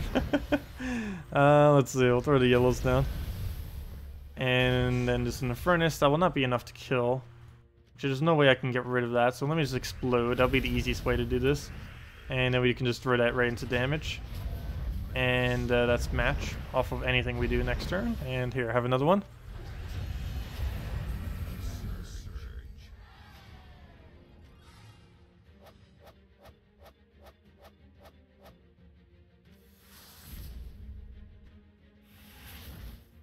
Create a new account, do the tutorial, and link your tablet to your new Steam account. And what would that end up doing? Wait, create a new account, do the tutorial, and link your tablet to... Yeah, that's basically what you would do for anything, to be able to link it up. You just go... I think you could even skip the tutorial. There used to be a way to do that, where you could do a weird double escape and just get out of it, and then just go straight to the thing to input your... code so that you could switch over your account. I don't know if it still works like that because I haven't bothered doing it for like over a year now, so they've probably changed it. But that used to be really quick to do as well. What to do here? We'll go for a rag. Just throw that down onto the greens. Get that going. And I guess we'll run the furnace. Let the skull poke go down with the other blue over. Pick the skull poke. Throw the Infernus. Another extra turn, very nice. Throw that down, see if we can get a Mercy here. And yeah, good enough. Get a Mercy. Get another Infernus, and his Infernus is all the way weakly up front, so we can just poke him once we get the chance. He's going to be the last one to survive again, isn't he? We bring him up to the easiest location to kill, yet he's still the last one that survives. Good job. We'll go throw it down on Reds then. Get a nice wide spread. Extra turn, nice as well. And move that over into an Infernus, and that should be enough damage. And down it goes, yep. Since they're right next to each other. Yeah, that's a really weird, some of the things that she can do. Because she can do that with the Infernus to move them next to each other so that it does damage. She can do that with a Corvash to move it so you can get the double Corvash to where you need. And, yeah, she's actually not that bad for movement tricks. She's basically the first viable late game troop that has movement. Feels really weird being able to do it. Yeah, it's kind of helpful. And the fact she has a double gives her even more possibilities than other things that already exist. I'll throw the Infernus in there. Is it a good idea to have both Famine and Elamagrim on the same team? Not something I normally do. They're normally pretty clunky together due to them both being really heavy browns. You would kind of need an Apothecary for that, which for Guild War purposes you would not be able to put on your team. On the same team, you use Famine, Dragonette, Elamagrim, and Prismatic Orb. I don't know if you could actually get away with that. That seems too high of a mana cost to me. Without a proper mana generator. Because Dragonette's not giving you any mana. Elamagrim is, but he needs a lot to get started. Not to mention he's blocked by a Dragonette. And Famine in first slot against the Scion is normally going to be pretty bad. For the most part, you'll never want to use a Famine in first slot. He is generally used in the third or fourth position. These days, particularly the third. Second is also fine, but basically anything other than the first spot is where you're normally going to want to put that. See you, SPM. Have a good day. Have a good weekend, everyone, and happy holidays, of course. We will be around until the 25th doing stuff. But we will be gone for a week after the 25th, from the 26th to the from the 26th until the 4th. We will not be doing any streaming content whatsoever. I haven't mentioned that too many times this stream. I will be mentioning it pretty much all the way up until that point. But yes, do keep that in mind. From the 26th until the 4th, we will not be doing any streams, and that includes next week's Friday and Saturday stream. We will not be doing and all that. We will be back afterwards though. But, and we'll still have video content as well. It just, I won't be able to stream at all. I'll just have a bunch of pre-recorded videos that I'll have already pre-uploaded as well, so I don't need to worry about it. As long as I have an internet connection, all I'd have to do is click upload, or click to make it from private to public, and then boom, we would be good to go. Oh, is he destroying me while I'm not paying attention? Yes, he is. That team can actually do quite a bit of stuff when you're not really paying attention to it. Wow. I don't know why I'm struggling with that team all of a sudden. It's normally a pretty easy team to actually take out. Apparently the new Mythic is not that good at it, which would make sense because it does have Impervious on one of their troops. Basically anything with Impervious she's pretty bad against. Same thing happens with Queen Mab. Queen Mab is horrifically bad against Impervious. Queen Mab can't even damage Impervious. Well, neither can she. But yeah, anything with Impervious, they are really, really bad against. They can't freeze it, and they can't do the mana burn, which are the two whole points of what they do, or at least as far as their ability anyways. Of course, as far as status effects, it's slightly a different story. Well, the Queen Mab, her status effect is the main thing, the freeze. But with her status effect's more like the blue board, which is a bit different, and that can't be countered. The only thing that can counter that is basically a stun. Okay, we got ourselves a Mercy. Get that right back into an Infernus. I misclicked like a billion times. I can't wait till they give hotkeys. They said it's probably not coming next patch, but they were pretty interested in adding it. So yes, please give hotkeys already. If we could click like double E to cast this, like if I was to go EE and that just casted this ability, that would be the most amazing thing ever to be added to this game. That could be the entire update, and I'd be perfectly happy with that update. If one update, the only thing that was brought was you could now use QWER to cast the abilities. That could be the only update, and yeah, that'd be fine. I'd be perfectly fine with that. But yeah, I think I'm going to be heading out myself, everyone. We will be back later tonight, 6.5 hours from now. Also, make sure to use the redeem code before we go, real quick, if you haven't already. But yeah, we'll be back in about 6.5 hours. Did I not even grab the redeem code from earlier? No, the second one I didn't even bother grabbing. I used it, but didn't bother grabbing it. But yeah, the normal reward for claiming it. 2 treasure maps, 1 gem key, 200 souls, 2,500 gold. Did we get anything from it? Show us that mythic. Lamia. That's not mythic. But anyways, guys, hope you all have a wonderful weekend. Hope you all have a wonderful holiday. We'll be back later tonight, 6.5 hours from now. We'll also be back same time tomorrow at 10 a.m. Eastern Standard Time to go do our normal stream, and we'll have another 2 redeem codes. The Puzzle Quest stream for tomorrow is canceled, as I mentioned earlier, but everything else is still on. And we will be streaming on Monday on Christmas night as well. It'll just be our standard kind of hourly stream. We will have 2 redeem codes instead of the normal 1, and it will be the last stream and the last thing I'll basically be doing live for over a week. So yeah, that'll be coming on Monday night at the normal time we always do, 8 p.m. Eastern Standard Time. Anyways, guys, thank you all so much for stopping by. Leave a like if you enjoyed. I will see you all later. Best of luck if you're trying for the new Skadi Mythic in all the drop tables. And also, don't forget to get yourself a, not dungeon, go get yourself a Ferris Raw if you haven't already. He is currently available for the next week until, I believe, next Wednesday or so. They'll get him as soon as possible, as you possibly can. Get yourself a copy of Ferris Raw. He's really good for soul farming. Best thing you could use your diamonds on. Anyways, guys, have a wonderful weekend. See you all later. Happy holidays. Goodbye, everyone.